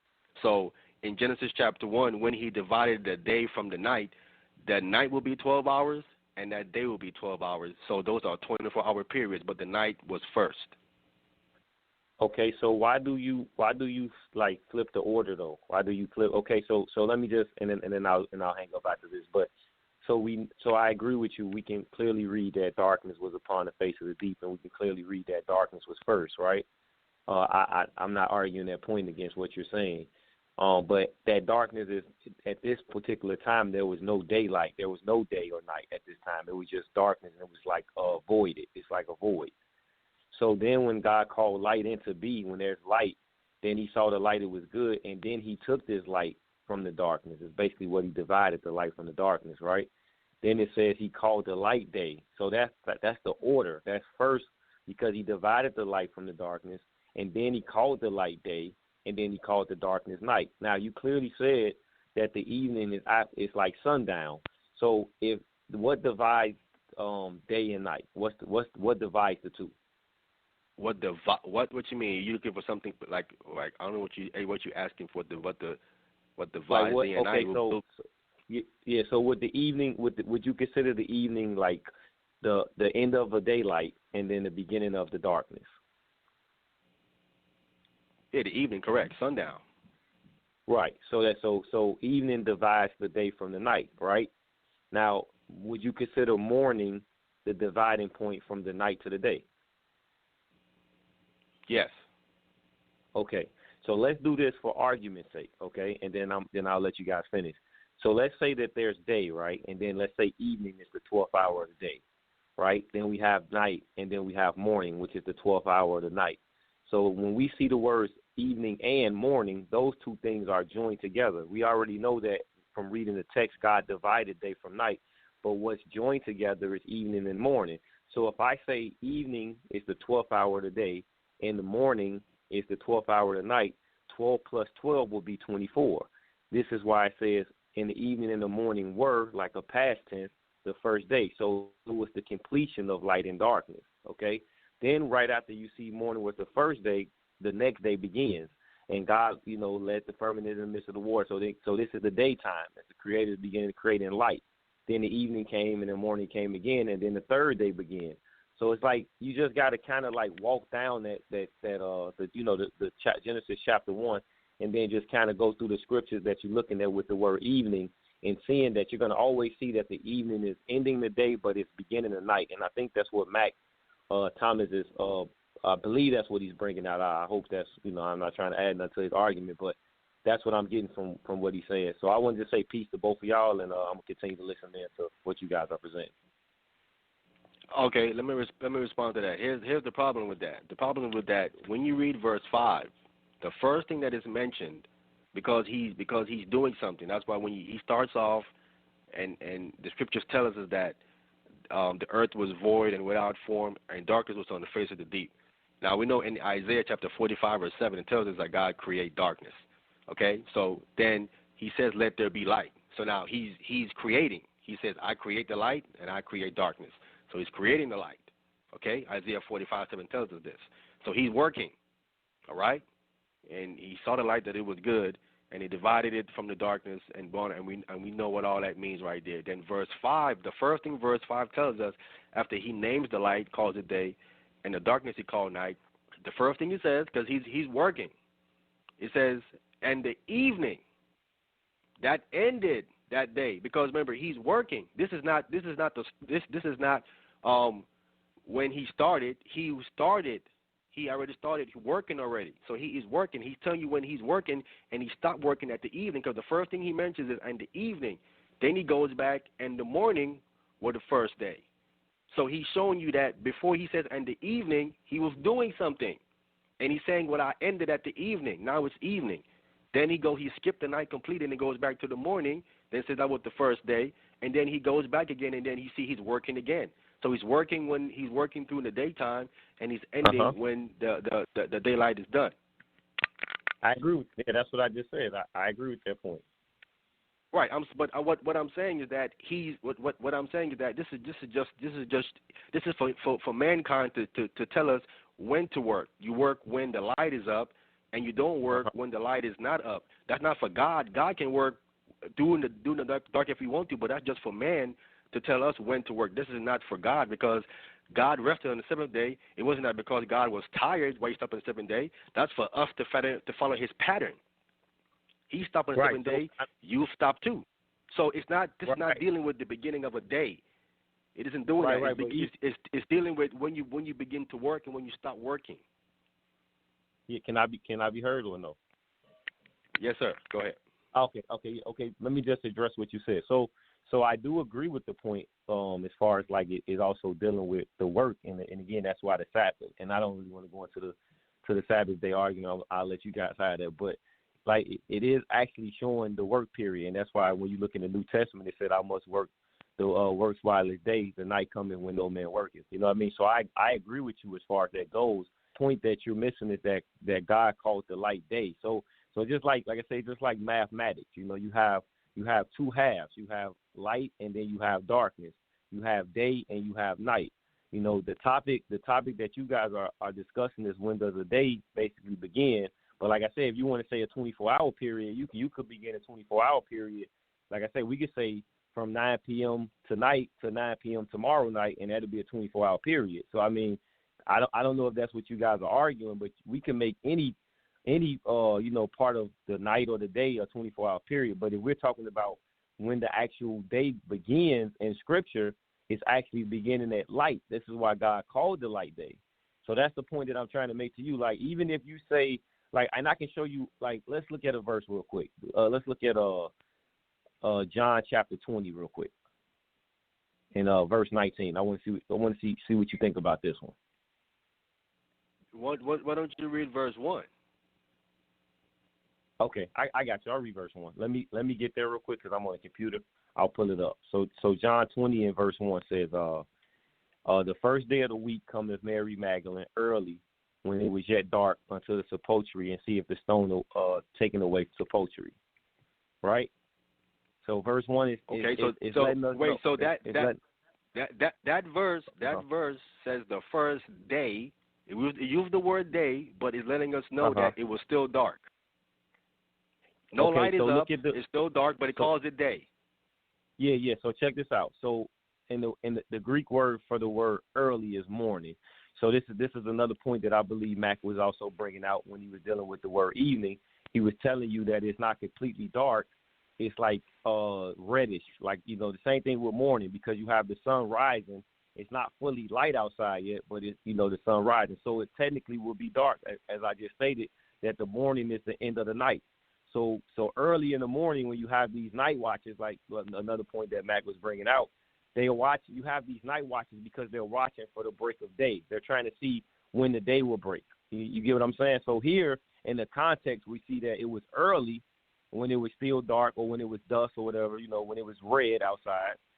That's when, you know, it was the first day of the week. But even with that point that you're making with it being yet dark, it's still letting us know, because we can go back to chapter 19 and it'll walk us right into it. But that ain't the point I'm trying to make. So let's look at 20 and verse 19. Okay, yeah, I'll read 19. My thing is this to you. What I'm saying is that even when you're referencing these night watches, when you come to the Old Testament, those night watches there are different from the ones you're reading here. So those night watches fluctuate, and if those night watches are fluctuate, those things cannot be of the Most High, because the Most High don't change. If Most High gave us those night watches, they shouldn't have changed when it comes to the New Testament. And if they're changing like that, then they're from men. So you can't use man-made stuff to try to establish what God created, because God never gave watches to his night. He never did that. Man did that. Point, but okay. So even if man did that, what's the point in man setting night watches? What's the point of that? The point is that it's inaccurate, because God would never call darkness light. When you say morning, you are speaking of light. Morning is synonymous with. I can pull the verse where it tells you clearly that morning is speaking of when light is up. So the Most High would never call darkness light. But it's not day. But morning is not day though, bro. Like if we like, I'll give you an example. I don't know what time zone you in, but you can look this up. Look at when your sunrise. Like you can just pull up, when does the sun rise tomorrow? It may say 5 in the morning, it may say 6 in the morning. I'm not sure, But when it says the sun is rising, let's say it says it rises at 6 in the morning. If you wake up at 6 a.m., it's not going to be fully bright. It's not going to be daytime. It's going to be beginning to get light. So that's what daybreak is. Daybreak is it's like when it's beginning to get light. When the sun is beginning to rise, it's beginning to become Bleedo, day. but Bleedo, you can see, but you can see some kind of light. What you read there in St. John's, it says that there is absolutely no light there. It's dark, no light whatsoever. No, okay, none. Okay. So look. Let me show this, and then I'm gonna go to one more place to show you something real quick, and then let's see what you got to say about that, man. So, so we see here, even if you say it's dark, bro, like I mean, this is only gonna make my argument even stronger if you saying that it's dark in the day and it's still the first day of the week. This is gonna make my argument stronger with the argument that you're trying to make right now, because verse 19 says, "Then the same day at evening, being the first day of the week." So this is showing you here when it was evening time, the day didn't change. So even if you want to say that it was dark and it was the first day of the week, and however you want to put it, when the evening came here in this verse right here, it was still the first day of the week. So you can't say that the day changed when the evening time comes, because this verse makes it clear that it was the same day being the first day of the week, and it was in the evening time. This is brother. what I'm saying. I don't know. Wait a minute. Let me respond to that. I don't know if you heard when I first opened up. When I first opened up, I clearly stated that there's 2 evenings in this Bible. That's why he says between the 2 evenings. This evening you referencing here, this evening is 12:01. It's the same day, 12:01. So that's what this evening is right here in the 19th chapter you're talking about. I see what you want. So I see how you and Mac is kind of where y'all disagreeing at, because you're using the 2 evenings, or you're trying to interject that to fit your argument whenever that it's something. No, I'm not interjecting. What I'm saying to you is that no. What I'm saying to you is that when she came in verse 1, it tells you that she came early, and you said that it was the night watch. That's around 3 a.m. to 6 p.m. I'm no problem. Now, the events that happened between her going to go call the disciples and them running back there, and she going back, and then she going back to the tomb, she's speaking to Christ and all of that events right there take place from the time she came, which around the 4th watch, anywhere between 3 a.m. to 6 a.m. Then by the time the events come to here, verse 19, 6 hours has passed. So we see that the events in between make sense that 6 hours covers that.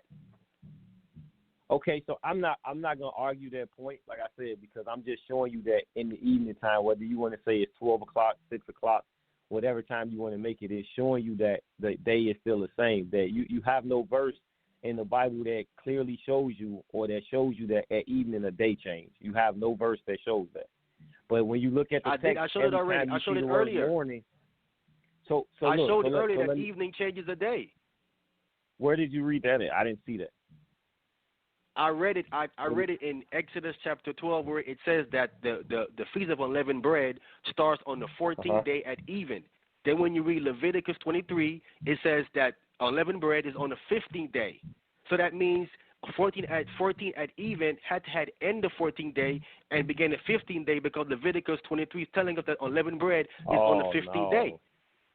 No, that's not how that works, bro. Okay, so bro. This is my last point. This is my last point, and I'm going because we'll be here all day. And you guys, too.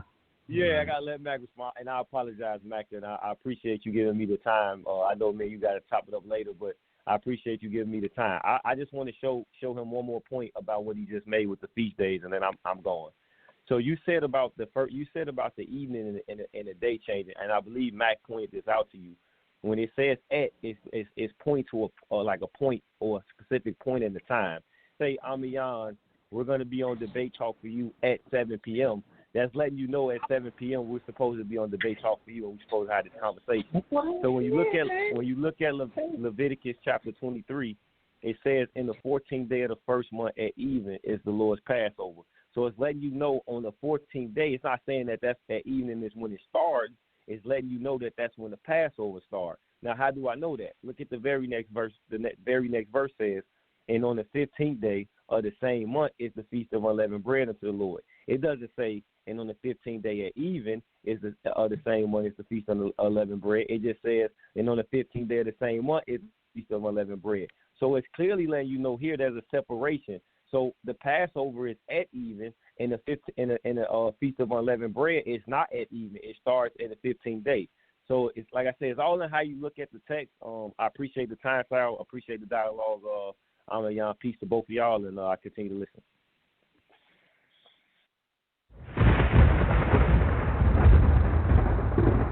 Don't touch that dial. You're now listening to Debate Talk Radio. All right, family, if you're just tuning in, today's show is entitled, When Does a Day, a 24-hour period, begin? That number to call in, 563-999-3674. We're about to wrap up pretty soon. We're going to give 20 more minutes to the gentleman on the panel, and after that, we're going to get some final statements from each person. But let me go to Mack, see if you want to respond to anything, and then we're going to start this 20-minute session. Go Mack, you want to respond to anything you heard? Go ahead. I mean, I'm like, that's exactly. I'm sorry, I didn't know I was unmuted. I'm sorry, but that's exactly what I'm pointing out. I mean, you can't just change Hebrew words when you feel like it because it doesn't make sense to your paradigm. You can't just say, oh, it says 14 and 15, and then, but Hebraically, if I switch it up, if I change it, it's going to be the same day. That's what that means. No, that's not what that means. No, you don't do it that way. It clearly tells you. It clearly tells you what that means. That it's the 14th and 15th day. That's how you celebrate it. Period. I mean, that's when you started. That's when you ended. I mean, I can't really do anything else. But I also, I'm just going to end it with that because once we go back and forth, I want to bring out another scripture that kind of shows where his two evenings are. That's where it's throwing them off. Go ahead. All right, I got you. All right, so we're going to start off once again with this 20 minutes, and after that, we're going to pretty much get some final words. Again, take down your notes, family, take down your notes. If you want to reach out to me, my email, debatetalkforyou@gmail.com. That's debatetalk, the number 4, letter U, @gmail.com.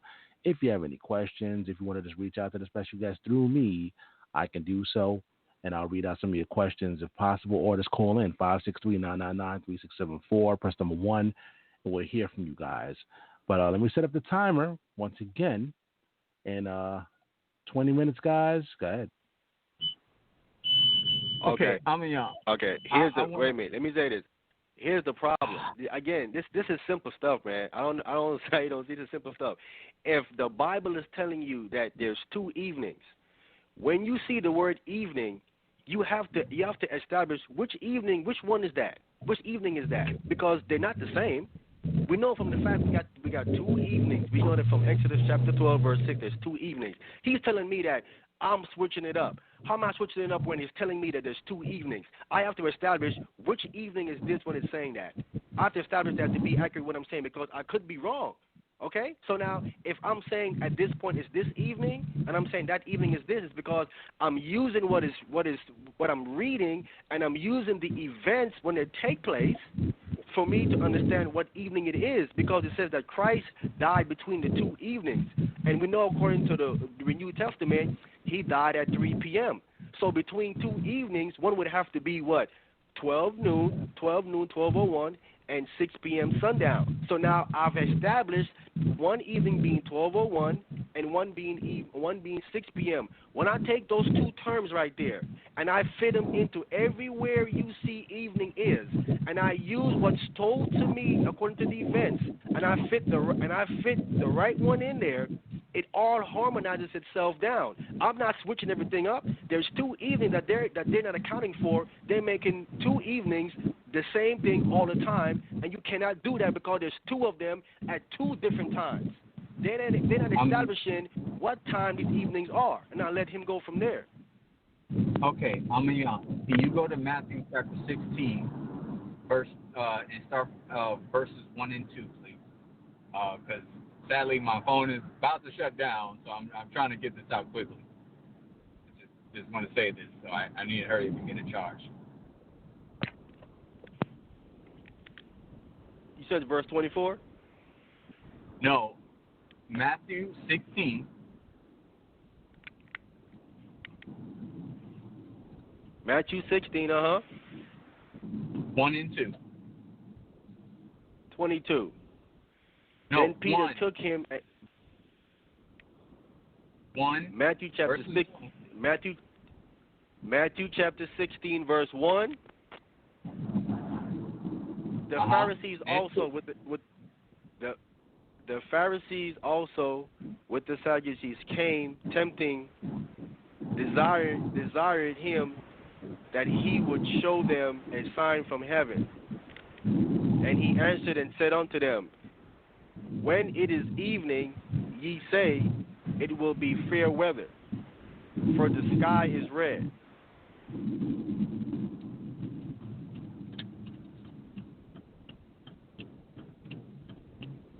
Verses 2. That's 1 and 2. That's verse 2. I just read verse 2. Okay. Verse 3. I'm sorry. Verse 3. And in the morning it will be foul weather today, for the sky is red and lowering.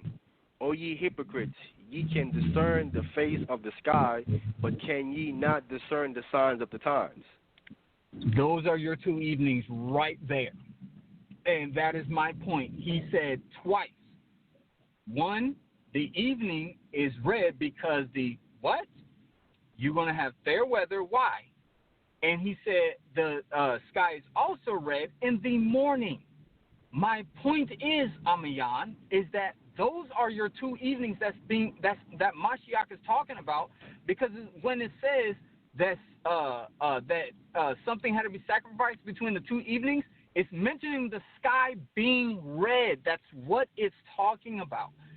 So, with however much I have time left before my phone shuts down, what I'm trying to convey to you is that that's what it's talking about, because it's mentioning a period in the sky when it's red.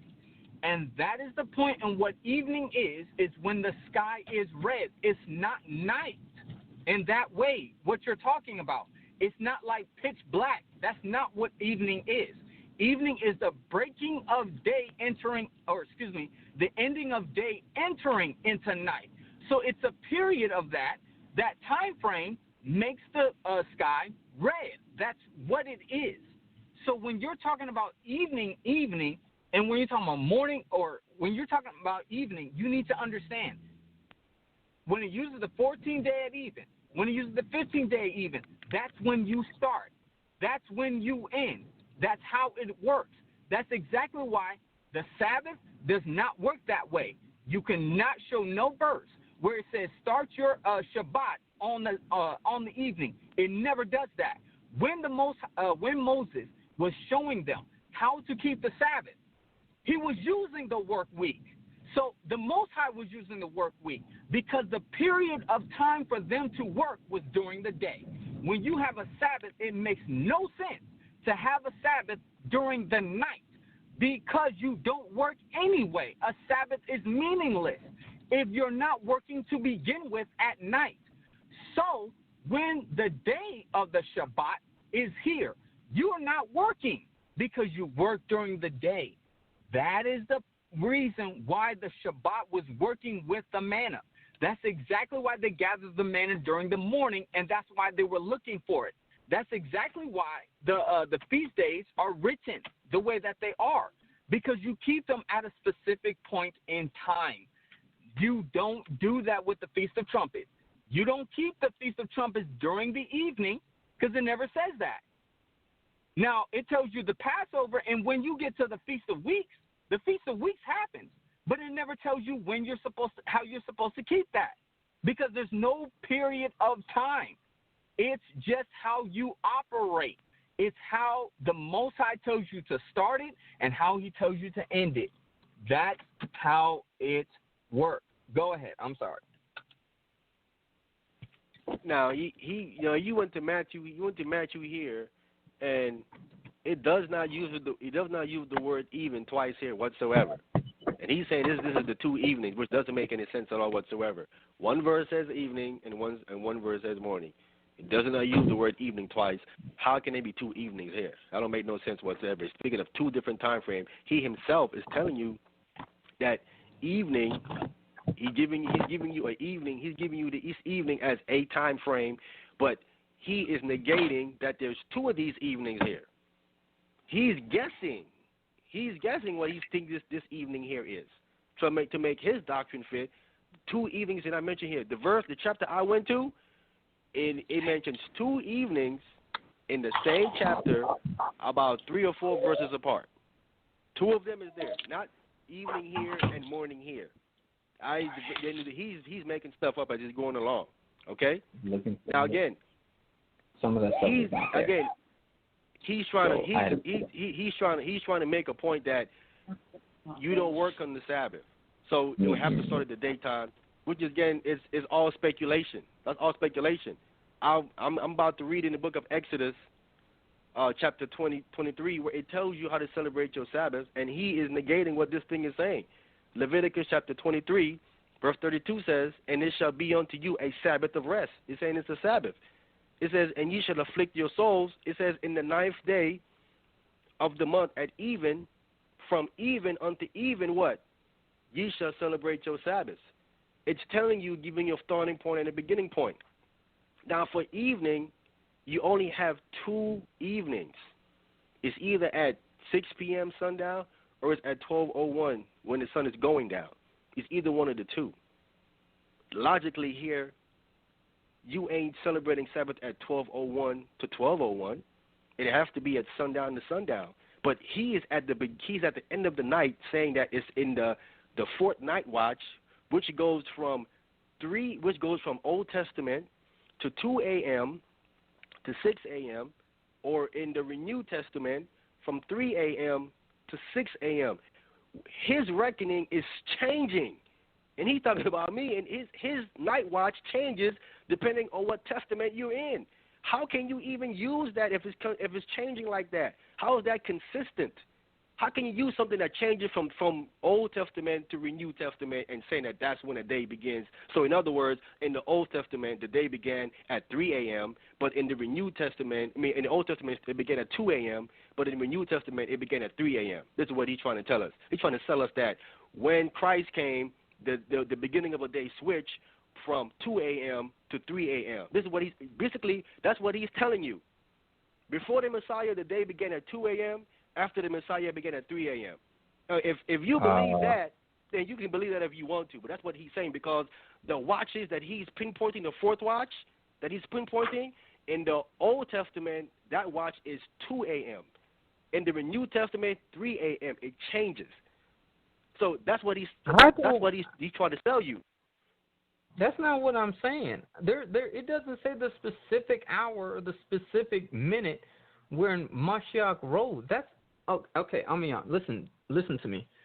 Regardless of me, this is the thing. We're going back and forth as far as between the New Covenant and between Torah, and when we're using these terms night watches. Okay, my issue is it's irrelevant. Okay, it's irrelevant. It is irrelevant if you talking about Roman night watches versus Hebraic night watches. The reason why is because let's say Hebraic, we're only trying to stay consistently with Hebraic night watches. Either way it goes, the only one that was even added was just one night watch, and that was the cock crowing.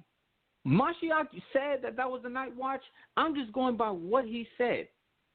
I'm like, what is he that he can't use a night watch and say that these are night watches that appear in our time? I mean, I don't see what the relevancy is. Did that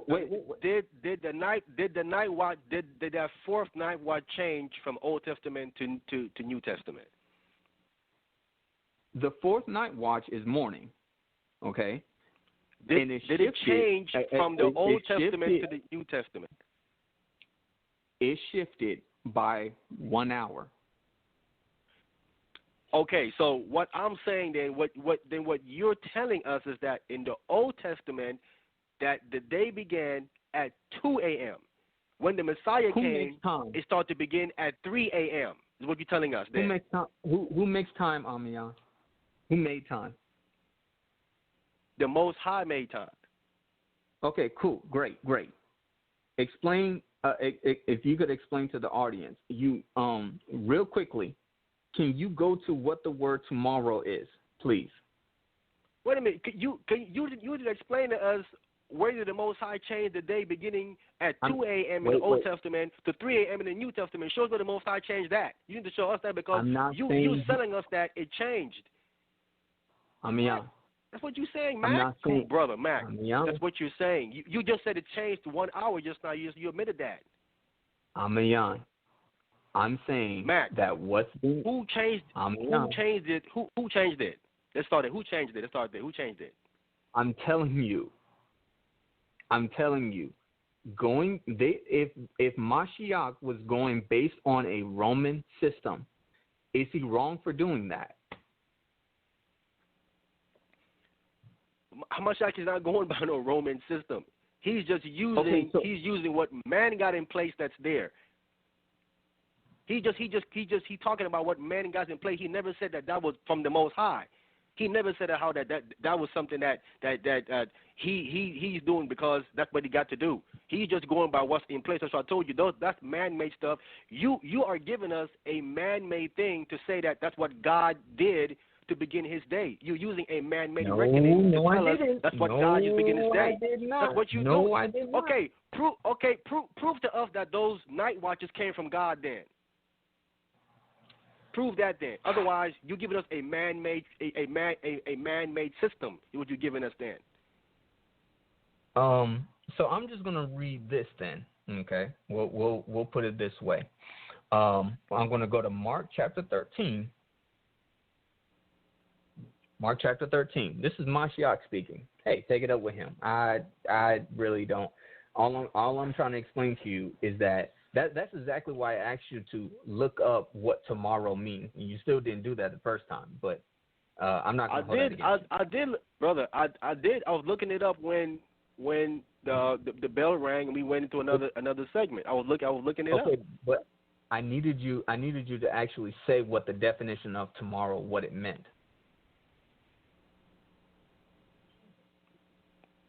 That's not a problem. You told me that it was in Exodus chapter 16, correct? That's what you were telling me it was, and I was going to Exodus chapter 16. All right. So Mark chapter Mark chapter 13, and I'm gonna start. At verse 29, verse 28. It says, "Now learn a parable of the fig tree. When her branch is yet tender and puts forth leaves, you know the summer is near. So you, in like manner, when you shall see these things come to pass, know it is nigh even at the doors. Verily I say unto you, that this generation shall not pass till all these things be done. Heaven and earth shall pass away, but my word shall not pass away.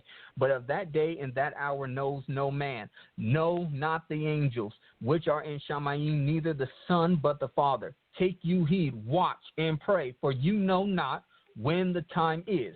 For the Son of Man is as a man taking a far journey, who left his house and gave authority to his servants and to every man his work, and commanded the porter to watch. Watch ye therefore, verse 35.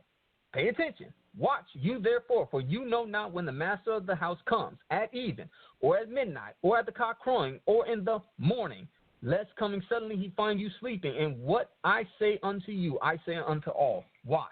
My point is, Mashiach is using this term. If he's using this term, he's not wrong for using this term. These watches you already know that Hebraic thought these watches came before. Even if they're showing up differently to where Mashiach is saying something different, to where there's a cock crowing, there's a fourth one, it doesn't matter. It's irrelevant. It does not matter. The purpose is he's using these terms, and when he says evening, midnight, cock crowing, or in the morning, these are night watches, and when that is mentioned, there is no two evenings here. He's using one, and it means the sun going down. He's using midnight, which is in the scriptures. He's using cock crowing, which is only here, and morning, which is mentioned multiple times in the text, in the Torah, and you know this.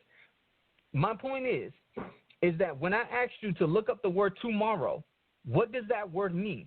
does it ever use the definition? Does it ever define the term that evening is what starts a new day? No, it does not. My point is that there's nowhere in the text where you can define that term. And even Bleedo mentioned it. He was about to go. He went to the exact same scripture I was going to use, where it's the same day. They're calling the evening the same day. Evening is only mentioned during the night. That's the only time it's ever mentioned and ever being used. It's let me make sure I'm saying it right so I don't confuse it. I don't want to give nobody false information. G3798.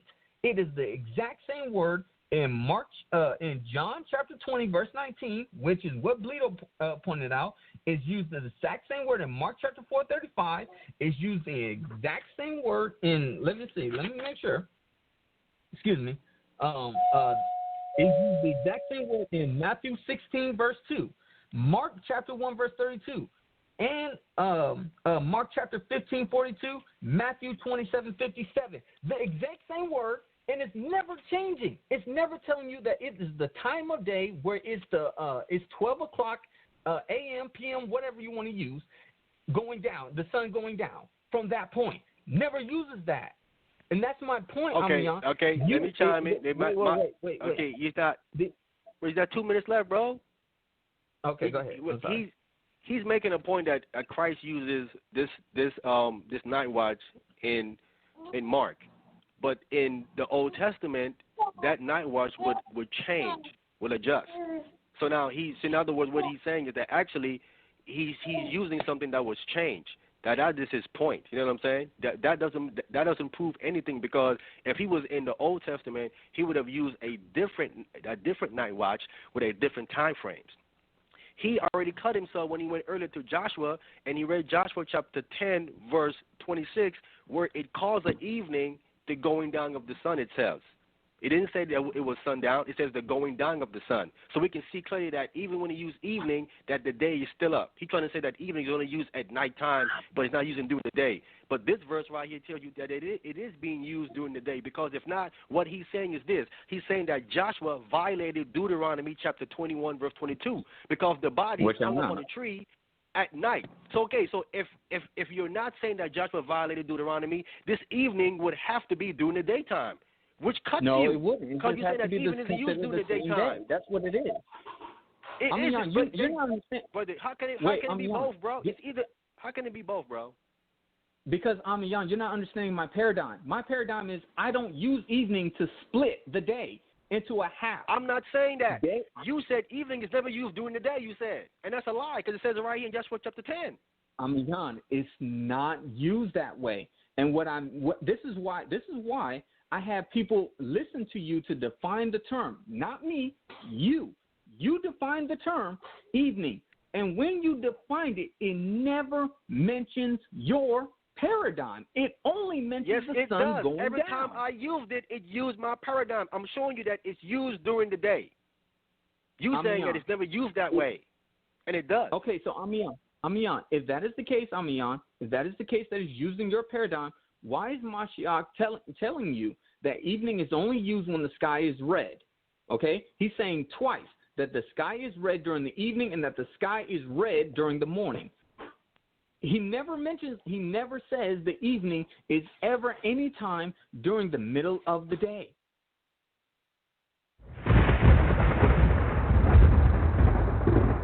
Don't touch that dial. You're now listening to Debate Talk Radio. All right, family. Hopefully you guys wrote down your notes. And like I said, I'm going to leave the information in the description box for those who want to reach out to my special guest. If you have any further questions, go to the description box and make sure you reach out or send me an email, debatetalkforyou@gmail.com. Again, that's debatetalk, 4, letter U, @gmail.com. Reach out to Sal Showtime, and I'll definitely relay your messages to my special guest. Once again, I appreciate my special guest for coming on the platform, bringing this information forth to the listening audience out there. So we're going to get 5-minute final statements from each person, and after that, we're going to pretty much wrap it up. We're going to go to Ahmayan first. We'll open up his phone line. Let me set up the timer. 5 minutes. Go ahead. All right. Thank you, Sal. I want to thank the Most High for his knowledge, wisdom, understanding, patience with myself. Thank the Most High, Yahweh, for creating everything, period, for creating us, the entire creation. Whether they know it or not, acknowledge it or not, I do. So I want to thank the Father for just creating us, period, and giving us life, existence. His first begotten Son, Hamashiach, Yahweh Shai, for coming and dying for the nation of Israel. I want to thank the Messiah for what he did for us going on 2,000 years ago, that we can still be here to continue the word and to even have life. So I want to thank our big brother, our Messiah, our Lord and Savior, Hamashiach, Yahweh Shai, for what he did. I want to thank Sal for opening up the platform. We come on here and have this dialogue. Thank you, brother. I want to thank my brother, Mack Thomas, brother, the water for the dialogue, brother. Much respect to you, man. You know I got love for you, brother. That ain't going to stop, you know what I'm saying? So much respect to my brother, Mack Thomas, for this dialogue, bro. Ain't nothing changed between us, bro. It's still love. You know that. Nothing changed, bro. You disagree? Nothing changed, though, bro. You know what I'm saying? We still both believe in the Messiah, and nothing can overcome our love for the Messiah, bro. So, and with the last thing I want to say is that I clearly was detailing when I came in that there's 2 evenings. So, and I detailed that one of them was 12:01, one of them was 6 p.m. And I went into the book of Mark, and according to the events recorded there, those 2 time frames fits perfectly in Matthew chapter 14, verse 14. You can go back and read it for yourself and put those 2 time frames in there. You see clearly that how those 2 time frames fits in, according to the events recorded there, how much time it would take for those events to take place. And you see that those time frames fits perfectly in there. Okay? We see clearly here in the book of Joshua in 10, verse 26, that it calls it an evening, and verse 27 tells you at the going down of the sun. We all know that the sun, it's called sunrise, and it says rising to a certain point, and then it starts to go down.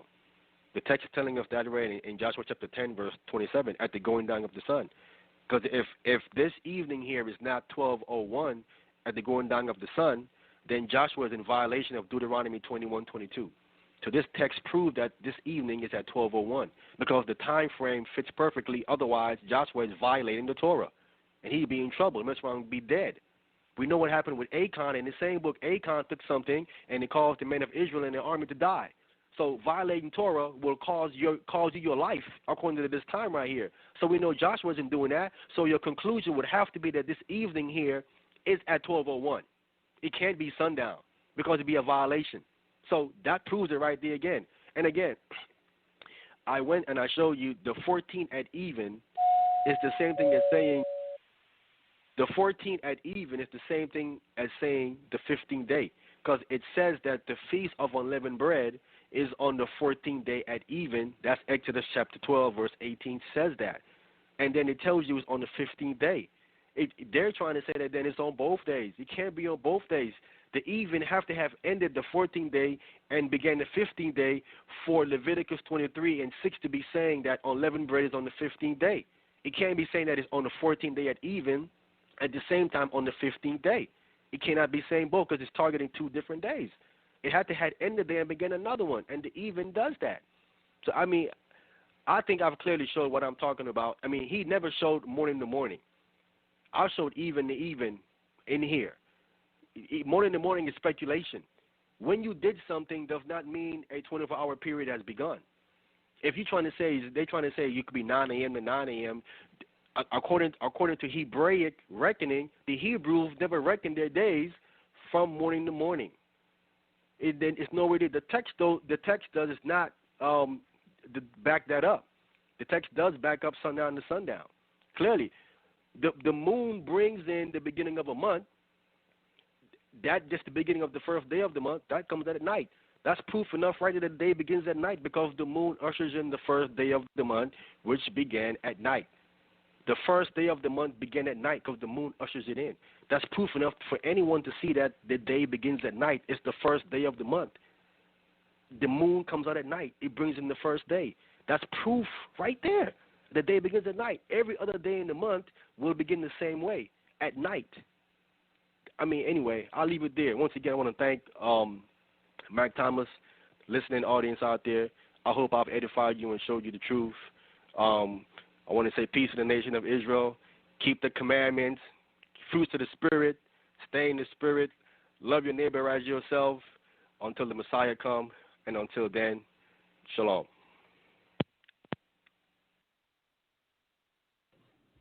All right. Once again, if you want to reach out to Ahmayan, go to the description box.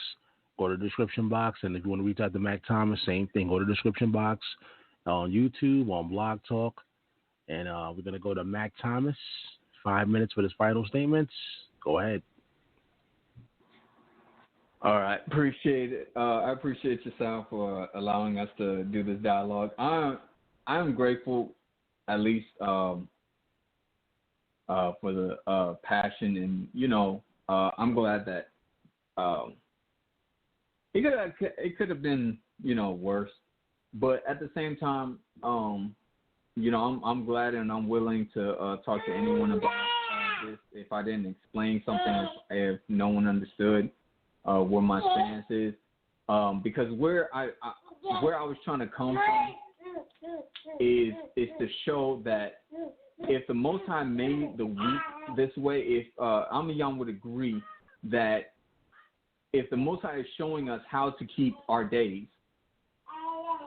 then why did he start in the evening? And my issue is that when me and Ahmayan had our conversation, I've asked him, so if the Most High started the day in the beginning, when did he start? If you agree that he was working during the day, when did he start?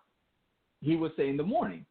So morning would have to be first. That's the obvious conclusion, especially if we have in Exodus where the Most High is given the commandments. He said, in 6 days you shall work, and on the seventh you shall not work. When do we work during the day? In the morning all the way till the evening. That's where we work.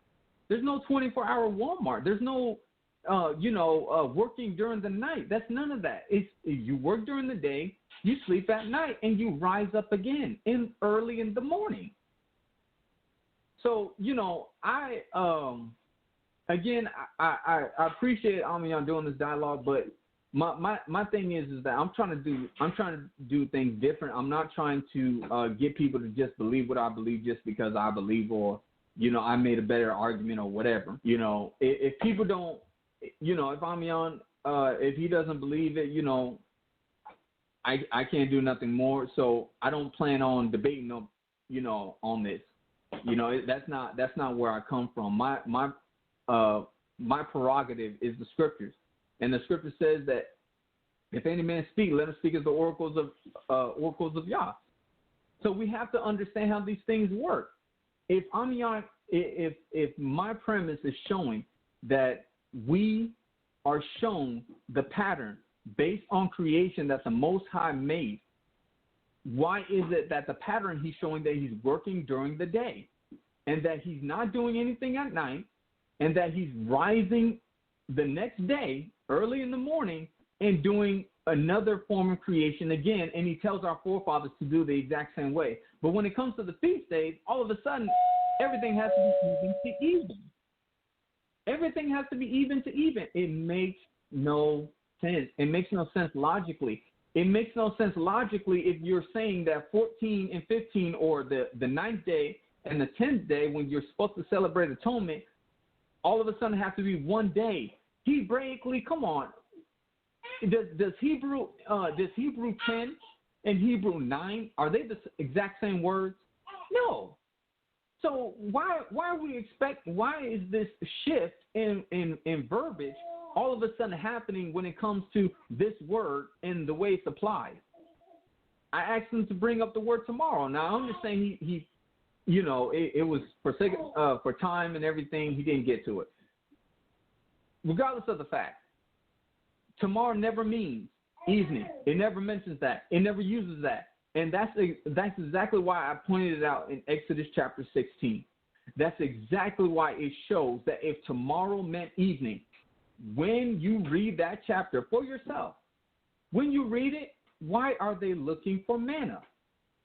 It makes no sense if the evening is exactly what is called in the actual Hebraic text.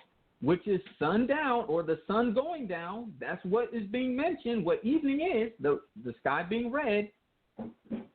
If that is the case, they should have been looking for quail, because quail is in the evening, not manna.